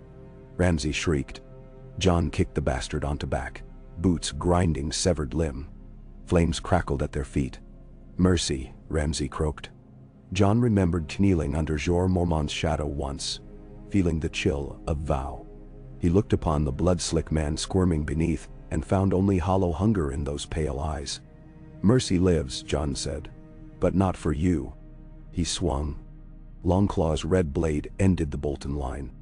A hush fell in the immediate circle. Then over Yard rose collective roar, half victory, half catharsis, as decades of dread peeled away like old scabs. By dusk, the fire was controlled. Dead dragged to an outer trench. Survivors knelt in mud as captors bound hands. Jorah Tyrell, face bruised, conceded, though he protested that Old Town would avenge him. Asha answered by assigning him to mop out stables under guard. Jon stood on Wall Walk surveying carnage. Ash drifted like gray snow. Sansa joined, cloak soot-stained. "It's done," she said. He nodded, but eyes remained distant. She laid a hand on his forearm. "And the world still turns." Asha clambered up behind, wiping sweat. "Euron will rage when he learns Ramsay's flayed. But Tyrell threat withers. Their lordlings march slow when not drunk." Manderley and Roderick arrived bearing casualty scrolls. 42 dead sea wolves, 70-odd wounded. Costly but light compared with enemy's ruin. Howland reported Cranagman harrying Bolton stragglers south. Lyanna hauled a sack between them, dumped it. Severed ears strung like grisly rosary. Tally tokens. Pink men's fear will feed ravens. Now. Jon stared at trophies, stomach clenching. "No," he said. "We won't mimic them." He ordered the ears burned. Lyanna scowled, but obeyed after meeting his unflinching gaze. That night in Torrens Hall, they held silent feast. Bowls of barley stew and river fish filled bellies, but laughter muted. Smoke-charred beams above reminded all of narrow escape from Inferno. Jon offered quiet eulogy, naming every fallen by clan and isle. When he spoke Ramsay's name, he gave no triumph, only finality. The hall answered with solemn thump of cups on tables. Later, he sought solitude on curtain wall. Ghost lay at his feet, sighing. Asha appeared, 2 mugs of mead in hand. She offered one. They leaned on weathered battlements watching stars silver the high clouds. "First true land victory under our joined banner," she said softly. "The first of many, if the gods allow." She sipped. "Tyrell knights may still march, though slower. Euron sails free, and winter's teeth are never dull." Jon's shoulders sagged. She noticed and nudged him. "Would you rather the wall again, Crow?" He cracked a weary smile. "Some nights. Fewer politics with dead men." "Then daughter." "Dead men can still vote," she quipped. "They just vote to eat you." She sobered. "We hold Torrens Square now, but deeper waters rise. Dragons? Southron queens. Greyjoy uncles. The world's a tide basin, fill one side, another empties. Jon turned to her, moonlight etching lines of fatigue on both their faces. One enemy at a time. Tomorrow we send envoys to Old Town offering safe return of Tyrell prisoners for truce. If they refuse, we prepare fleet for the shields. Asha's grin curved. A raid or a conquest? Blockade. Strangle their ports. Force negotiation.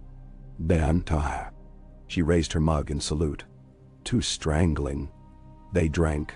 Wind crept cool, but their shoulders touched, warmth shared. For the first time, since Silence's ambush, Jon felt the brittle tension ease from his spine. The direwolf had ripped the flayed man. The kraken had lashed the roses. The Sea Empire's pulse beat louder tonight. Far south, in the shadow of the high tower, ravens flapped into Old Town's rookery bearing grim tidings. The conclave muttered behind closed doors, weighing alliances old as Aegon's Landing. Lady Allery Tyrell stood on a balcony, letters crumpling in silk-gloved fist. Grief for lost cousin battling fury at seaborne usurpers. Ships were gathering in whispering sound. Red-winged galleys, but also hirelings from the stepstones. Gold would buy new fire. Meanwhile in King's Landing, Queen Cersei received reports of the Sea Wolves' victory with brittle laughter. "Let the bastards claw each other," she snapped. But worry tugged her eyes to the map where northern coastlines now glimmered under rival banners. Across narrow sea, word reached Dragonstone. The Wolf-Kraken alliance had slain the bastard of Bolton. Daenerys Targaryen, nursing dragons grown restive under stormy skies, pondered whether snowbound seas might one day host black-scaled wings. Counselors urged caution. She listened to winds. And on a drowned spit of jagged rock, Silence lay at anchor, Euron Greyjoy drinking shade of the evening from sapphire-rimmed goblet, gaze reflecting storms. Ramsay dead, Tyrell convoy ashes, yet he tasted promise in chaos. He would reap fields soon, planting his own terror seeds. He lifted a conch-carved horn and blew a single low note across the black water, summoning captains who wore dreams of apocalypse on tattooed skin. Weeks passed. Spring seeped north, greening barrow grasses around Torrhen Square, though snow still rhymed shadowed hollows. Sea-wolves repaired sails with saffron canvas scavenged from Tyrell wagons, their masts now patchwork kaleidoscope visible for leagues. Children carved wooden krakens to float on courtyard ponds, their laughter braided with hammer beats from smithies. Jon oversaw construction of a river wharf behind the castle, visioning barge networks linking inland grain to coastal fleets. Sansa organized scribes to record new laws blending northern moots with Ironborn things. A council of captains and clan chiefs to govern jointly, answerable under direwolf kraken seal. Manderley minted coin dies. On one face a kraken crowned, on the other a direwolf howling beside a pine. Yet peace was scaffolding, not fortress. Scouts spotted Reach outriders probing passes. Euron's longship silhouettes flickered on dusk horizons. And from east came rumors of sellsword companies massing in Gulltown, funded by unknown purse. The council reconvened under blooming hearth-tree blossoms in Deepwood. Jon spread new parchment maps. Asha's blockades have stalled Old Town grain. Highgarden grows restless. Euron raids lonely villages, sowing dread but avoiding battle. We must choose next strike. Howland recommended fortifying Moat Cailin, expecting southern push. Tormund favored sailing straight to Pike to root Euron from his hole. Roderick spoke for burning Euron's lesser kinsman holdings first, severing his recruitment. Sansa urged diplomacy. Send ravens to Queen Daenerys. She opposes Cersei. We share foes. A trade pact, grain for dragons' indifference, buys breathing room. A heated debate rose, words clashing like steel. Amid it, Asha caught Jon's eye. A silent question. He lifted hand, voices stilled. We will pursue two oars, he said. First, parley with the Dragon Queen. I will sail on sea snow with a small retinue to Dragonstone. Second, Asha will strike Euron's staging isles at Blacktide and Orkmont. Fast and hard, while Tormund holds Moat Cailin with free folk spears. Then, murmurs circled. Bold gamble, splitting leaders. Jon continued. Euron hunts me. If I leave he may chase, giving Asha room to torch his nests, and an envoy of dragon steel invites less suspicion than ravens. Lyanna slammed fist in approval. Manderley agreed to provision voyage. Sansa's worry flickered in gray eyes, but she bowed to strategy. Later, under lantern glow in their private chamber, Asha traced map lines on Joan's bare shoulder, her fingertip a salt-scented quill. "You offer yourself as bait." He caught her hand. "Someone must speak to dragons. Better me than send an underling to risk dismissal. Or flames." She drew closer, breath warm. "Dragons like fire. You are too snow-cold." She pressed lips to his to prove him otherwise. The kiss tasted of iron and seaweed. Hard and true. When they broke, she rested forehead against his. "Return, or I'll burn Dragonstone myself to steal you back." He smiled. "I fear you'd succeed."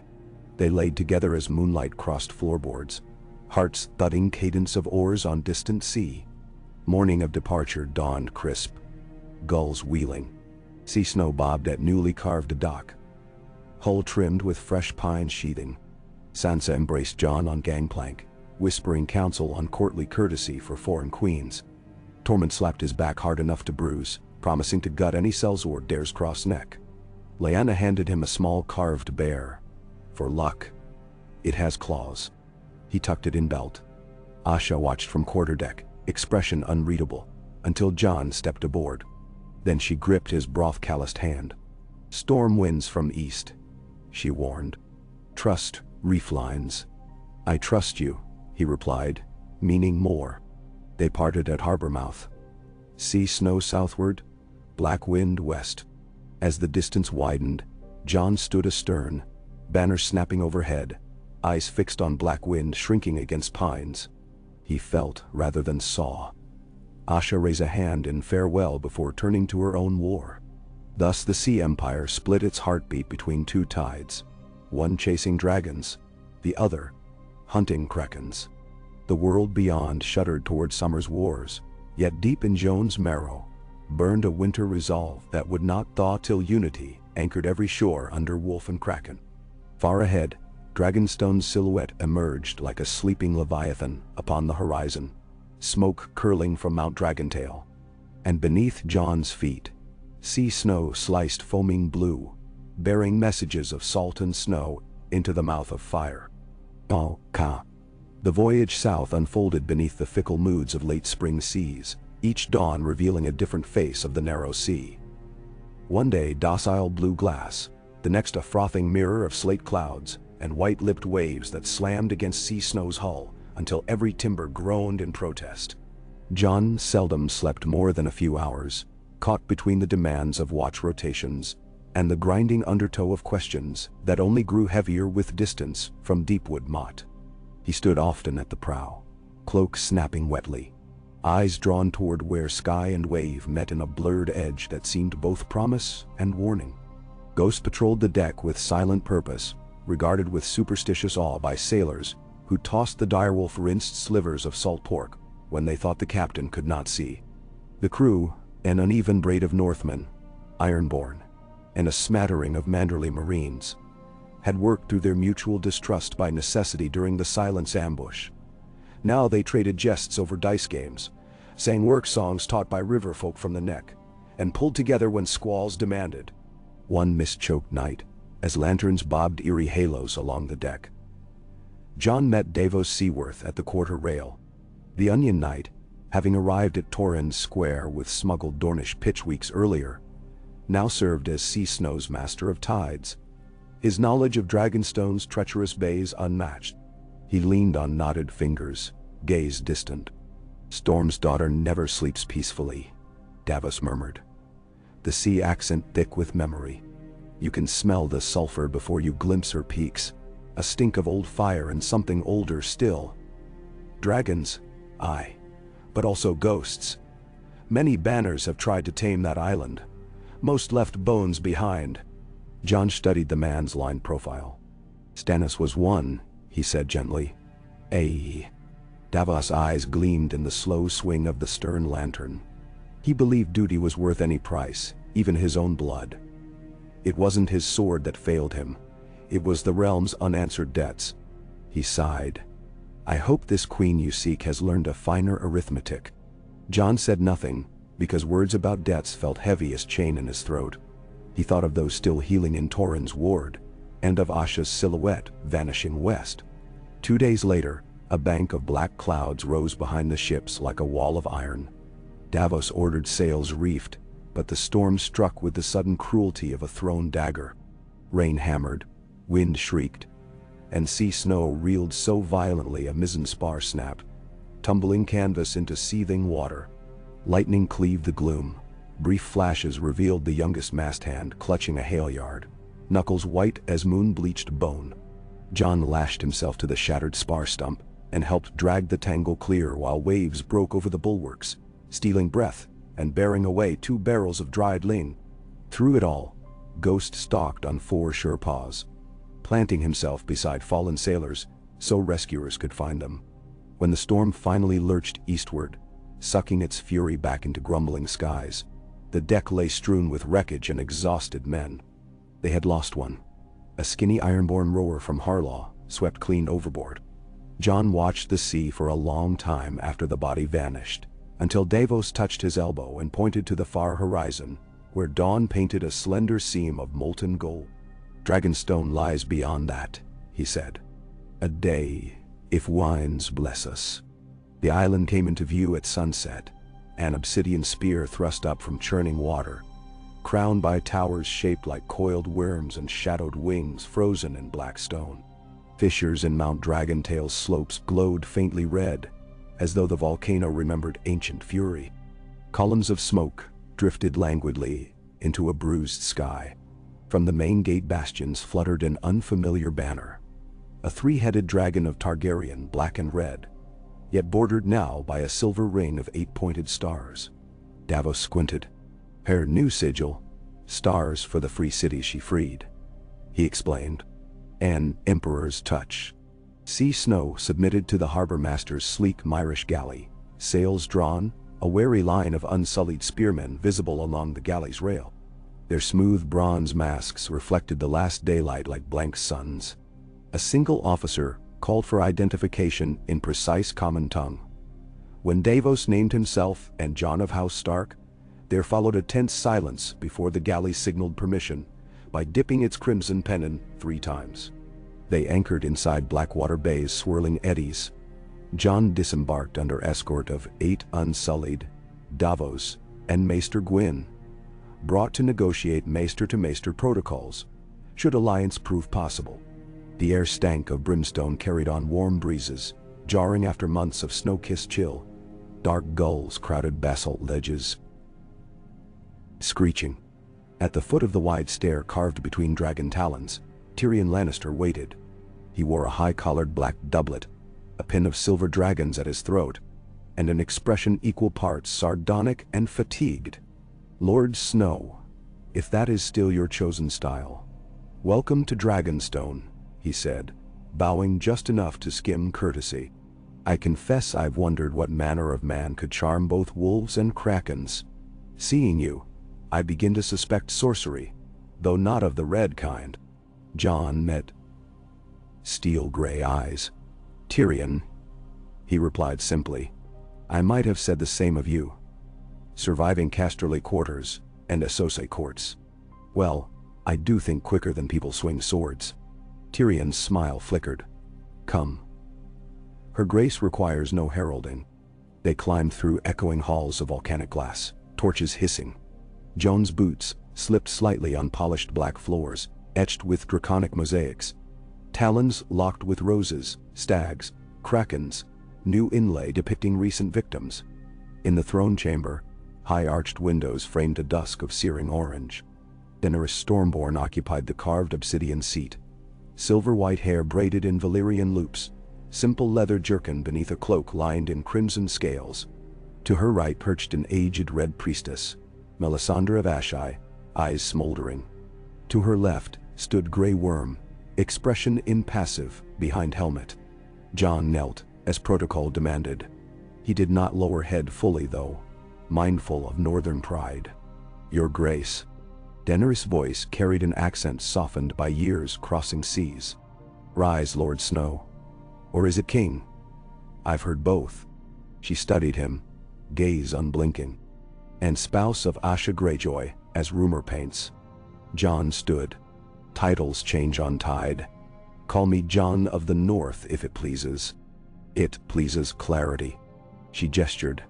"Come closer." He approached the dais. Courtiers lined the shadowed flanks, Missandei with parchment, Varys robed in spider silk, Ser Jorah in burnished plate, still smelling of new forge. The air quivered with expectation. Daenerys leaned forward. "You sail far in troubled waters, while wars still smolder around your homeland. What brings you to the Dragonstone of House Targaryen?" Jon met her gaze. "The dead almost broke our wall once. Dragons once saved Westeros from endless night. I come to ask whether fire might again ally with ice, though the foe is different now." A brow arched. "Your letters spoke of Lannister lions and Greyjoy kinslayers. These are enemies of mine as well. Yet you wed a kraken." "A different kraken," he answered. "One who turned her prow away from pillage to build a realm that may outlast pillagers and kings alike." A murmur rippled. Tyrion smiled thinly. Daenerys tapped obsidian armrest. "And what does this realm offer a queen of dragons?" "Ports unbothered by Lannister coin. Grain from the North's untouched fields. Shipwrights who can craft hulls to bear your armies west. And a pledge that wolf and kraken blades will hold the narrow sea, so no arrow finds your dragons at roost." The promise stilled the hall. Varys tilted head, intrigued. Melisandre's lips whispered Valyrian prayer. But Daenerys asked, "And what do you ask in return?" "Recognition of our sea empire," Jon said, voice steady. "And neutrality while we finish rooting traitors. We do not seek the Iron Throne. We seek only to govern our shores without Southron chains." Silence. Then the Dragon Queen rose, cloak swishing. "I once believed the 7 kingdoms mine by birthright."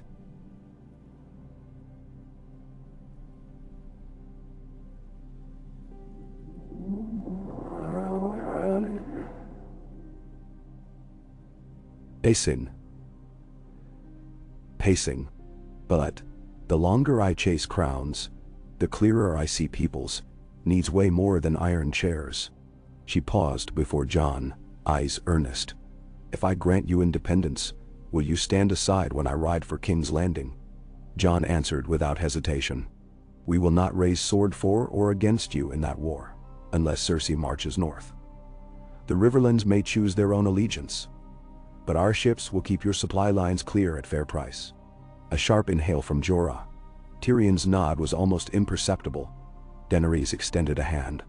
"Then I accept, on one condition." Jon's heart hammered. "Name it." "Your realm must abolish slavery in any port it opens, present or future." "I will not ally with chains." "Now." A breath of relief. "There are no chains in the north," Jon promised.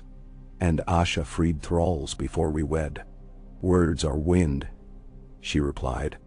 "I will dispatch observers." "Do so." Jon clasped her offered hand. Her palm was warm, calloused, not unlike his. Their handshake sealed a newborn treaty. Applause fluttered from courtiers. Melisandre's eyes gleamed as if seeing prophecy coil. 3 nights Jon spent on Dragonstone, negotiating minutiae. Tariffs, refugee corridors, joint patrol signals. He walked along scorched causeways, where the shadow of a fully grown dragon flickered overhead. Drogon, larger than sea snow. Wingspan blotting stars. Its passing trembled Jon's bones. He wondered how arrow towers of Lannisport would fare against such wrath. In private moments, Tyrion cornered him with cups of arbor red. "Your marriage to Asha. Strategic necessity, surely. But is there affection?" Jon sipped. The wine bit like memory of Eddard's hidden truths. "Strategy forced us together. Affection followed." Tyrion smirked. "Let's hope it lasts longer than the Reach's patience." He sobered. "Euron Greyjoy raids our coasts too. If your wife can clip his wings, she will be hailed in this hall." News of Asha, however, came by raven on the second dawn. Black Wind's strike at black tide succeeded. Shipyards burned, but Orkmont resistance stiffened. Euron's nephew Victarion had rallied with a monstrous war galley, called the Culling, and chased Asha north toward Ironman's Bay. Casualties unknown. Jon's chest tightened. He pressed the scroll as if pressing a wound. He considered leaving instantly, but Davos urged patience until midday tide. Daenerys herself placed a hand on his elbow. Burning haste blinds sailors, she advised. Trust your queen. Water is her home. He departed Dragonstone 2 bells before dusk, treaty sealed. Grey Worm assigned 2 sleek Dromons to escort Sea Snow at least to Crackclaw Point, a visible symbol of alliance. Their sails bore the Dragonstar emblem, catching sunset like blood-red wings. Meanwhile, in Ironborn waters, the fog reeked of pitch and loss. Asha gripped Black Wind's rail as Orkmont cliffs receded under thin moonlight. 4 ships survived the clash at Spraystone Cove. 3 others smoldered along beaches, charred hulks feeding gulls. Victarion's Leviathan had battered them with scorpion bolts the size of oaks, but they'd slipped away under cover of midnight smoke, thanks to a daring trick by Christopher Botley, setting adrift burning fisher rafts to mimic retreating sails. Now exhaustion clawed at her eyelids, but she refused cabin rest until every wounded sailor was counted. Carl had fallen at Lordsport months ago. Now Botley lay in the sick bay, spear through gut. Asha pushed down grief's choke and scanned the horizon. Somewhere beyond, Euron gathered nightmares. She found Roderick Harlaw propped on deck's stair. His crutch lay beside a map weighted with lead balls. Victarion limps east, he rasped. We measured drift of wreckage. Wind drives him toward Pike Straits. Asha traced trajectory. Hell-lick wounds wait for Euron. Or link with Tyrell Gold, Roderick warned. Cellsail whispers travel faster than gulls. Asha slammed fist on balustrade. We can't fight their combined tonnage. Her mind raced. But we can deny them anchor. She stabbed the map at Old Wyke's shallow inlets. We poison the nurseries. Sink blockships in every bay. Scuttle rocks so deep-drafted war galleys can't dock. Force Euron to deep water where dragons may find him. Roderick's brows lifted. Dragon allies? Jon secured them? Soon enough. Asha straightened. Signal remaining captains. Tonight we bleed for time. Jon's return voyage pressed north under fairer skies, yet tension coiled in every rope. On the 3rd dawn after leaving Dragonstone, Lookout cried sail on the starboard beam. Black canvas, iron crown pennon. 1 ship only. Slender and ominous. Davos' spyglass revealed Silence herself. The Kraken King hunts, he muttered. No sooner had warning trumpets blared than Silence's deck catapults launched glass jars that shattered in Sea Snow's wake, releasing swirling green vapor, wildfire prototypes. The escort Dromon swung windward, releasing a barrage of arrows flaming with Dragonstone's new alchemical resin. 1 volley struck Silence's port flank, but the ship seemed to drink fire like wine. Euron's crew retaliated with ballista bolts tipped with shadow-black barbs. Jon ordered Sea Snow to present narrowest profile, using the escort's larger hulls as shield. Waves frothed emerald where wildfire kissed water, casting sickly light beneath hulls. The battle danced at range. Neither side could close under constant maneuvering. Yet, each minute hounded Jon's nerves. Every splashing spark might spread fire across rigging. Amid chaotic exchange, a shape flitted overhead. Drogon. The dragon descended in a yawping shriek, black wings eclipsing morning sun. His belly flame burst open like a furnace. A cone of orange hellfire poured onto Silence's bow. Euron's men shrieked, scrambling for buckets that boiled dry before reaching lips. The flagship's figurehead melted, iron screaming. From Sea Snow's deck, sailors gaped as Drogon wheeled, tail flicking. Another shape. Silver Rhaegal followed.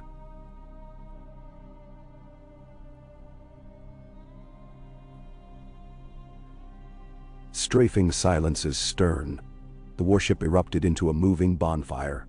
Still she tried to ram, oars thrashing in insane rhythm. Euron was seen atop the figurehead, arms spread, roaring praise to drowned gods and nameless horrors alike. But a final pass from Drogon shattered the main mast. Slick flames swallowed the deck. Silence slowed, smokestack geysering. Whether Euron leapt into sea or burned, none could say. The inferno hid him from mortal sight. The dragons veered north, riders guiding them back to Dragonstone. Escort duty complete. Sea Snow's crews broke into stunned cheers. Jon breathed deep, the air hot with tar and victory, but he knew embers could reignite elsewhere. He composed a raven scroll to Asha. Euron broken, possibly dead. Dragons honor treaty. Returned to Deepwood for counsel. He loosed the bird on fresh wind. Asha received the raven while overseeing the scuttling of an abandoned cog at Shatterstone's harbor mouth. Reading the news, she closed eyes, exhaled. "Old Kraken burns," she whispered. Yet caution tempered relief. Euron thrived on impossible survivals. Still, she gathered her flotilla.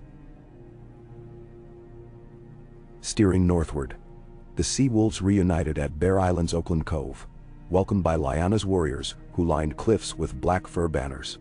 Jon made landfall hours later, Drogon's shadow preceding his arrival like heraldic thunder.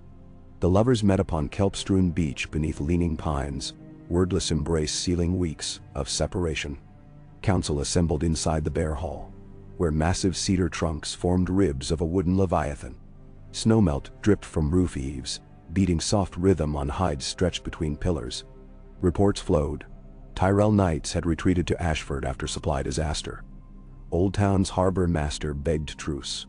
Sellsword companies in Gulltown accepted contracts from Cersei instead, abandoning Reach claims. Euron's fleet scattered. Some captains bent the knee to Asha. Others vanished into stepstones. Yet no lull lasted. Varys' whispers, sent north by Raven, warned of a darker tide. The Golden Company massing in Lys, bankrolled by Lannister vaults, 30,000 veterans, and a dozen war elephants, ready to cross in summer. Queen Cersei sought to break all rebel coalitions in one stroke. Seize Iron Islands, retake North, crush Targaryen host. Jon studied candlelit parchment, tracking enemy routes. "We cannot defend every inlet," he said. "But we can delay the lions at sea, drain their coffers until loyalty cracks." Asha traced a circle round the Shield Islands. "Make their spears rust in salt. Use hit-and-run torch stores. Leave them hungry before they ever dock." Tormund snorted. "And if elephants float, I'll kiss a crow." Roderick coughed. "They ship them in wide holds, but they fear storms. A clever wind could wreck them." "Them know why." Maester Gwyn proposed harnessing free folk wind callers, rumored mages of the frozen shore who could read storm patterns. Jon dispatched swift ravens across the wall. If magic still breathed beyond, he would bargain with it. Deepwood shipyards doubled shifts, forging iron-banded rams and heavy scorpions capable of piercing even elephant hides. Davos taught Northmen how to rig Greek fire siphons, distilling volatile oils from pine resin and bear fat. Every plan felt like balancing on a knife, but resolve forged men sharper than steel. Summer's first heat wave shimmered across the narrow sea. When the Golden Company set sail, they traveled in 18 broad-bellied carracks under banners of a crossed spear and torch. Storms chased them early, freak gales swirling from north, yet they pressed onward, driven by gold promises. But west of the Stepstones, the Sea Wolves struck with night claws. Asha led 20 black-hulled raiders, slipping between convoy escorts. Using grapnels, they snared anchor lines, twisted rudders into chaos. Fires bloomed. Elephants trumpeted panic as stables flooded below deck. One warship, the Brazen Bastard, exploded when a pine tar pot met lantern oil. Flaming planks drifted like burning islands. The Golden Company regrouped, discipline ironclad, but storms followed, unnaturally persistent. Wild rumors spoke of wind witches on distant cliffs, chanting to the old gods while hawks circled. Jon's envoys returned with 3 shaggy shamans, who claimed kinship with the wind itself. Their chants now echoed from Sea Snow's forecastle whenever dark clouds massed. The sellsword armada limped into Blackwater Bay weeks late, half provisions spoiled. Cersei raged, blaming Euron's ghosts, but her resources bled. Meanwhile, Daenerys marched overland through riverlands, unopposed as Manderley grain caravans fed her outriders, and Sea Empire frigates guarded her rear. At Deepwood, Jon walked nightly among shipwright tents, greeting families who now called the Motte home. He learned names. Brina the mast hooper, who filed shark teeth into saws. Corran Saltcliffe, once a raider, now forging rivets with Manderley apprentice. Farah Snow, a bastard girl teaching archery to Ironborn orphans. During one such twilight, Sansa joined him, cloak trimmed in bear fur gifted by Lyanna. "Do you see it?" she asked, gesturing at glowing windows, hammer sparks, children's lanterns shaped like miniature fleets. "This place hums like a hive." Jon nodded. "A kingdom of ships. A nation," she corrected softly. "One no longer hungry." They paused beside a half-finished galley. The hull gleamed resin dark.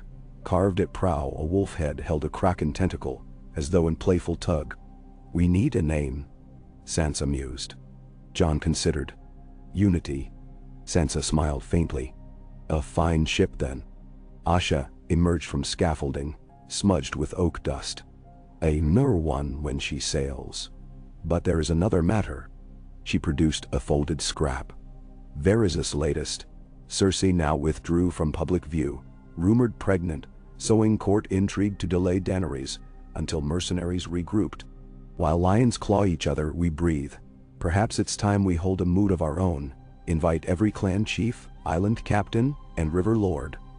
Draft a charter all can see." Jon felt weight settle like rightful fur across shoulders. "Nagas Hill again?" "No," Sansa said. "Winterfell." She met their eyes.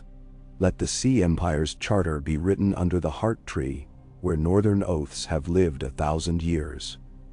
Ironborn will come. They have seen our twin banners. The rest of Westeros will take note." A silence followed, not of hesitation but awe at scale of what they built. Jon finally nodded. "We sail when harvest is stored. Wolves and krakens, clans and free folk, queens and dragons. Let them witness us plant roots." Harvest moon rose copper over the north. Fleets converged on the White Knife. Towering Manderley grain barges, sleek Ironborn raiders flying wolf kraken pennants.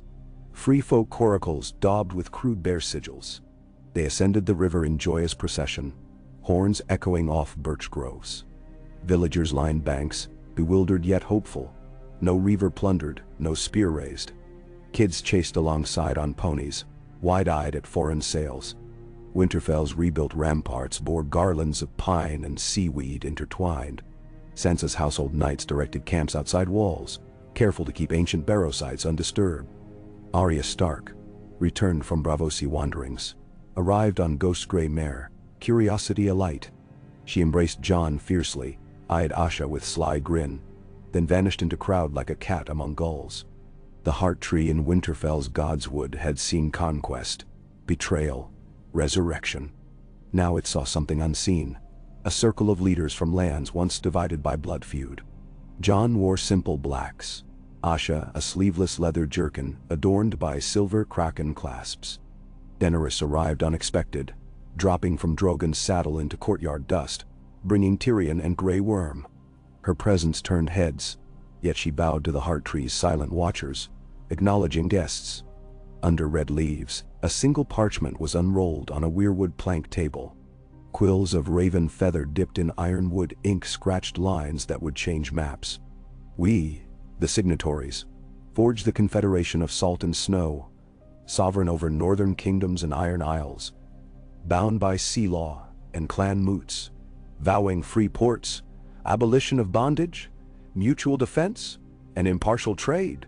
Each chief pressed seal or blooded thumb. When Jon placed Longclaw's tip upon the parchment, he felt echoes of Ned's quiet honor guiding his hand. Asha followed, pricking her finger with nightfall, letting a single drop mark the wolf kraken crest. Daenerys added her cipher, acknowledging confederation while honoring her own quest south. "Tormund, Jorah Mormont, pardoned." Lyanna, Manderley, Roderick. They came forward. Even Jan Royce of Vale, representing cautious Arryn neutrality, signed as witness. The charter stood, fragile parchment, but mighty hope. That night, feasting engulfed Winterfell. Hog roast sizzled beside spits of sea eel wrapped in pine needles. Storytellers swapped sagas beneath paper lanterns shaped like twisting ships. Northern fiddlers joined pyromancers from Essos plucking three-string lutes, blending haunting minor chords with raucous sea shanties. Jon found Asha on the battlement, overlooking flickering campfires. She had removed pauldrons, letting cool wind dry sweat. When he joined, she nudged a wineskin. To salt, she toasted. He raised it. And snow. They drank, gazes resting on sprawled celebration below. The mosaic of peoples they'd inherited. Asha leaned her head against his shoulder. Tomorrow we refine taxes and tariffs, she murmured. Tonight, let them dance. Jon kissed her hair, tasting brine and ash wood. We'll face lions and storms again, but we've given them something worth defending together. An empire without a tyrant. Asha breathed. Let's not ruin it. A howl rose from courtyard. Ghost leading children in playful chase. Jon laughed softly. He thinks he's king of the pups. You share the title, Asha's smirk seemed to say, though she only squeezed his hand. Above them, stars wheeled over Winterfell's ancient walls, shining down on a new constellation of alliances. In distant south, Cersei scrawled threats like venom. In Old Town, scholars revised maps by candlelight. In Braavos, the Iron Bank tallied shifting powers. And on Dragonstonda's cliffs, Daenerys gazed northward, perhaps wondering whether her dragons had kindled more than just flames on deck planks. Perhaps a precedent for realms born from cooperation rather than conquest. In time, wars would rekindle, lords would test treaties, seas would swallow ships. Yet as the first frosts of autumn silvered the godswood leaves, the Sea Empire stood. Its charter signed in blood and ink, its masts bristling on two coasts, its hearts knitted by battle survived side by side. And in the quiet before the next storm, Jon Snow and Asha Greyjoy allowed themselves a moment of peace on that Winterfell wall, knowing that peace, like the sea, could never be held forever, but could be sailed, however briefly, with every breath of life they had won for their people. Okay. The pale blush of pre-dawn found Winterfell hushed beneath a gossamer veil of frost. Thin rinds of ice glimmered atop the still water of the Godswood Pond, each delicate sheet mirroring the red leaves overhead, until the slightest breeze fractured them into shards that drifted like fragments of stained glass. Jon Snow lingered on the stone bridge, listening to those distant splinters crackle, a subtle percussion that soothed the throb of sleepless hours. Somewhere behind the brush, a lone direwolf padded among roots. Ghost, restless as ever? Jon rubbed cold from his knuckles and exhaled fog that rose to tangle in the heart tree's crimson canopy. Though the charter had been signed and the feast still echoed in every beam, unease prowled within him. Triumph never slept long in the north. It wandered off at dawn, leaving anxieties to claim the empty bed. Footsteps, measured, unhurried, touched gravel. He turned as Davos Seaworth approached, gray cloak cinched tight, hands hidden for warmth. Couldn't dream? Davos asked, voice low. Dreams find me only when trouble tires first. Davos leaned on the rail. The world's grown larger in a fortnight. New borders, new oaths. Yet the kingdoms below remain the same boil of grudges. He flicked a pebble. It skidded across thin ice, clacking. Ravens from the south say Cersei rallies the faith militant again. The High Septon died in his sleep. Poison if whispers be true. She blames the northern heathens and the Silver Dragon in equal measure. Jon frowned. Another holy war. Holy or not? Swords glitter the same. Davos lifted his chin toward the Godswood Gate. Your queen's up too. Asha Greyjoy entered, rubbing sleeveless arms against the chill, her breath steaming. She smirked when she noticed the two men. Plotting at dawn? Let a kraken in. Jon beckoned her over, tugged the spare half-cloak from his shoulders around her, though her own stubborn blood likely burned hotter than his. A hush settled between the three. A companionship forged by water, steel, and hard choices. Somewhere outside the walls, roosters began their ragged crow. Inside, kitchen fires woke, puffing cedar smoke into the pale air. Asha rolled a pebble beneath her boot. What do we do about a faith crusade? Can't skewer zeal with common steel alone. Nandarao. Snuff the purse that pays it, Davos suggested. The Queen's coffer's thin. The Iron Bank weighs risk. If this sea empire throttles Blackwater trade, King's Landing starves its own piety. Jon studied frost ribbons forming on the bridgestones, weaving like tiny silver serpents. We can harry their ships, but I'd rather break the wheel from within. The common folk chafe under war taxes.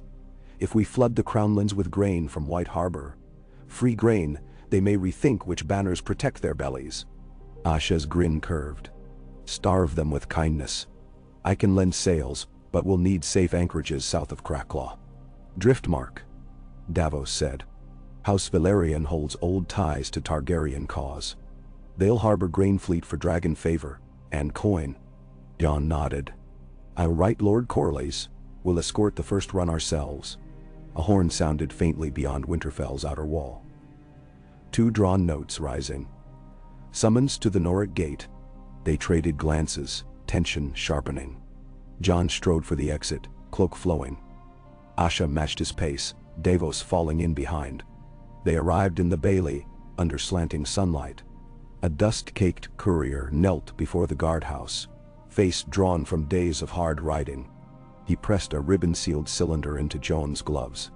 From House Reed, my lord. Urgent. Jon broke wax, eyes scanning the neat bog glyphs. Enemy moves. Golden Company regroups at Maidenpool. Red priests claim a pale king has risen at the Dreadfort Barrow Mounds. Bolton White leading undead pack across shore ice. He swallowed the chill crawling his spine. Though the Night King had fallen, the magic that birthed Whites had never fully died. Pockets of death-tainted cold remained like smoldering cinders buried under snow. Asha read the message over his shoulder. The Pale King invites story songs. Jon met her gaze. If the dead march, songs turn lament. He faced Davos. Raise council. We sail at once. Split strength, one fleet for grain, one for the grave shore. By nightfall, Sea Snow led 9 cogs stuffed with White Harbor barley east down the White Knife. Lanterns, hooded. Manderley storm pilots guided them through shallow bars, while direwolf archers lined rails, in case of shore ambush. Asha accompanied Jon aboard, though her heart yearned for Black Wind. Instead, she placed Roderick Harlaw in command of the war flotilla bound north to Dreadfort Bay. 5 swift longships crewed by Ironborn who'd sworn thrall to the Confederation. Tormund and Lyanna Mormont insisted on riding with Roderick. Sansa remained at Winterfell to coordinate ravens. The Empire's veins pulsed in many directions now, each surge of blood entrusted to a hand that might fail. Sea Snow reached salt pans on the second dawn. Slipping past charred docks once torched in Ironborn raids but now rebuilt by local fishermen under Tyroshi's supervision. Tyrion's envoy met them at the tide flats, a barrel of a man in purple silks named Bessarion Zo Kohoric, claiming to represent Dragon Grain quartermasters. He eyed Jon's weather-scarred cloak with distaste but bowed. Lord Valerian offers deep-water berth at Spicetown, he recited, and escort, if Lannisters venture. His gaze flicked to Asha's kraken clasp. Patashonde Goro. However, Crownlanders have eyes everywhere. Best we sail by moonshadow. No conflagrations. Thou. Jon nodded. We sail tonight. Your galleys may lead. The convoy hugged the hook of Driftmark. Dawn turning the sea, the color of hammered brass behind them. From the quarterdeck, Jon spotted silver finbacks gliding beneath wave crests, a good omen among Northmen seafarers. Asha simply spat a blessing over the rail and commanded sails trimmed. They made Spicetown within 2 tides. Pale stone warehouses glittered new-built, rising from rubble of earlier sackings. Lord Corlys Velaryon.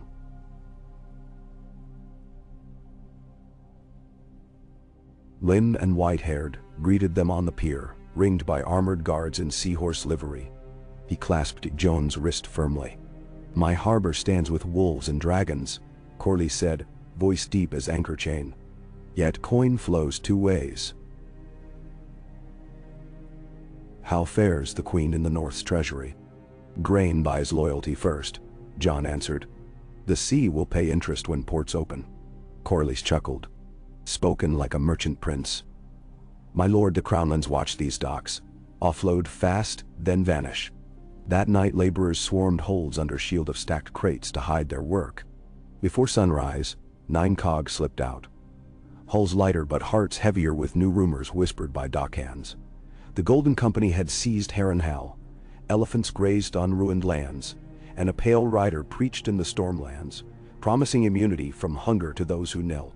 Jon stored the murmurs away, though dread tugged at his wounds like cold fingers. North of Winterfell, the storm flotilla beat against cruel headwinds toward Dreadfort Bay. Tormund stood at prow of Iron Howl, orange beard slick with spray. Lyanna Mormont braced behind, clutching a steel-bound warhorn bigger than her torso. At dawn they glimpsed the Bolton coastline, a jagged scar of black rock and lingering snow. Ice pans drifted loose, reflections dull under gray light. Roderick guided the ships into a cove shielded by tumbled cliffs. Scouts rowed ashore and ascended ridges to view Dreadfort Plain. They returned shaken. "Shadows walk the ice," one muttered, eyes wide. Bolton banners of flayed men, but no flesh beneath. Roderick summoned war council on the beach. Tormund slammed axe haft into driftwood stump. "Dead or not, they bleed at the neck." "Whites don't bleed," Lyanna corrected. Her green eyes glittered. "But flames feed on them." She opened a burlap sack, pitch-dipped javelins, fletched with raven feathers. "Bear Island torches." Roderick stroked whiskers. 2 ships land south, lure meat husks into killing ground. Remaining ships circle, raining fire from surf. They executed at dusk. Iron howls pierced falling dark as warriors rowed skiffs close to the ice flats, torches raised high. Shapes stirred among stunted firs.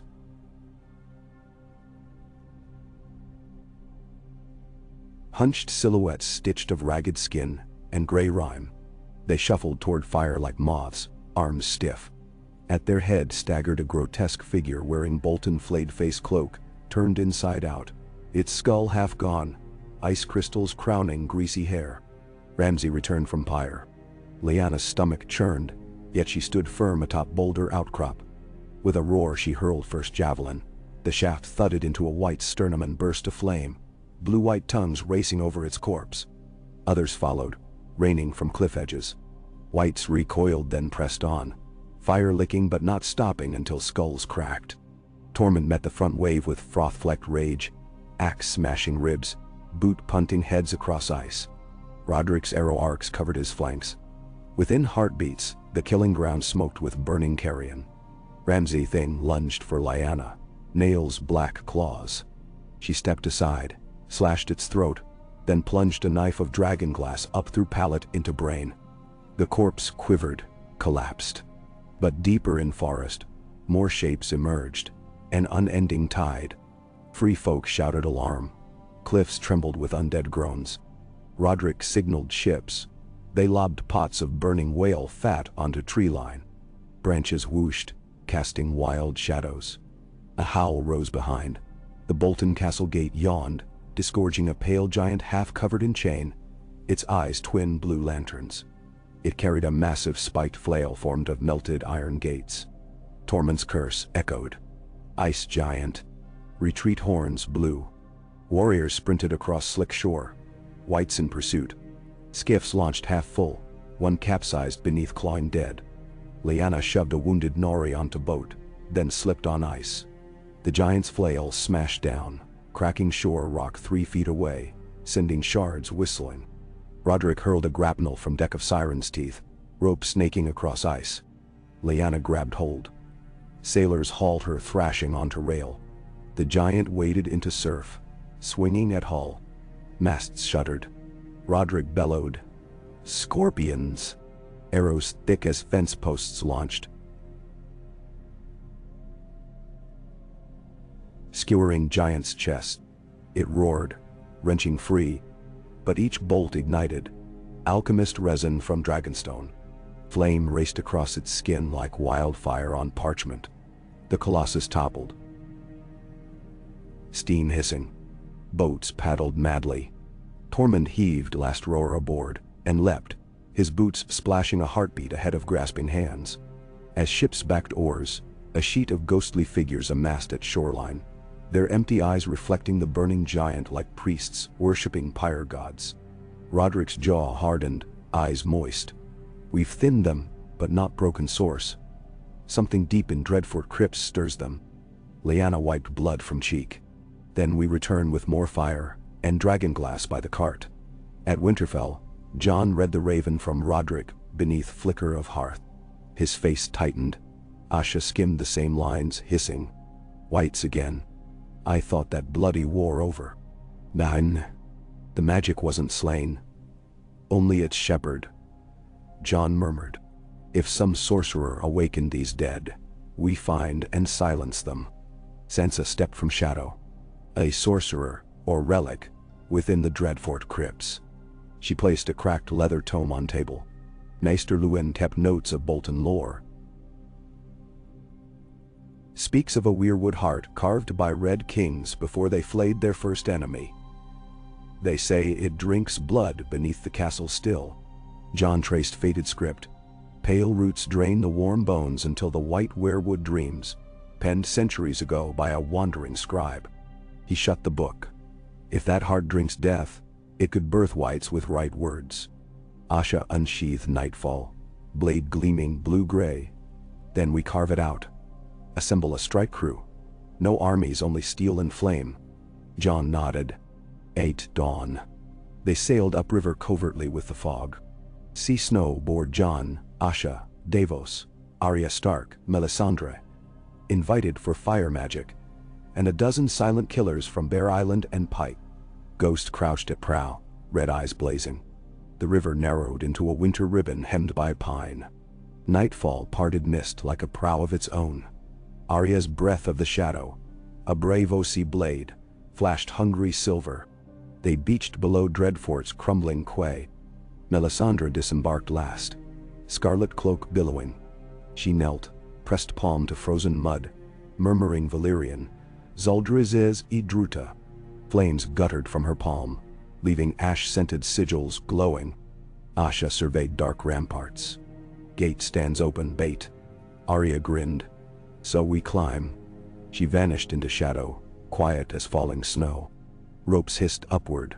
Ironborn followed, grappling along damp stone. Jon ascended last, ghost at his heels, claws finding purchase between frosted bricks. They rolled onto battlements amid rotten corpses that sagged like sacks of meal. The whites did not attack, eyes white marble, awaiting breath that no longer came. Inside courtyards smashed by Roderick's fires. Charred bones still smoked. Asha pointed to tower door cracked ajar. They slipped through. Stale air tunneled through corridors lined with flayed man tapestries. Torchlight revealed footprints in dust, skeletal and human. Down spiral stairs they crept, past cells where rusted manacles dangled, deeper until stone changed. Blocks replaced by roots of bone-white wood twisting through walls. Melisandre pressed fingers to a pulsing root. Heartbeat, she murmured. Jon felt faint thrumming, as if distant drums sounded below. They emerged into cavern where the heart tree root coalesced into gnarled mass suspended above stone basin. Blood crusts clung black along grooves. Runes of first men and Valyrian spiraled its surface, glowing faint azure. Beneath the root knelt a youth in black robes. No older than Bran had been before broken. Head shaved, face smeared with pale ash. He chanted guttural words, echo folding back on itself like ravens in a canyon. Arms outstretched, he directed blue light into a corpse of Ramsay propped upright nearby, reanimating stitches ripped earlier. Jon stepped forward. Stop. Voice rang like sword stroke in hush. The boy jerked, eyes frozen circles of terror or zeal. He reached for dagger, carved of weirwood, but Arya's blade touched his throat. He froze, breathing ragged. "Who are you?" Jon demanded. The boy's pupils filmed white. "I am voice of the forgotten. The tree remembers what men deny. I give it new flesh." "Why?" Asha spat. "To lay waste more villages? Our god was flayed by Iron Men and Northmen alike," the boy hissed. "We offer vengeance." Melisandre circled the root, eyes narrowed. "Old, but not a god. Merely a conduit." "Sever it." A howl erupted. Ramses' corpse convulsed, snapping rope, lunging. Ghost intercepted, tearing throat out. Corpse crumpled, still twitching. Blue light leaked, then faded. Jon lowered Longclaw to the root, hesitated. "Can we redeem it?" Melisandre's gaze blazed, corrupted beyond song. "Only fire purges." Asha shoved torch into basin of rancid blood.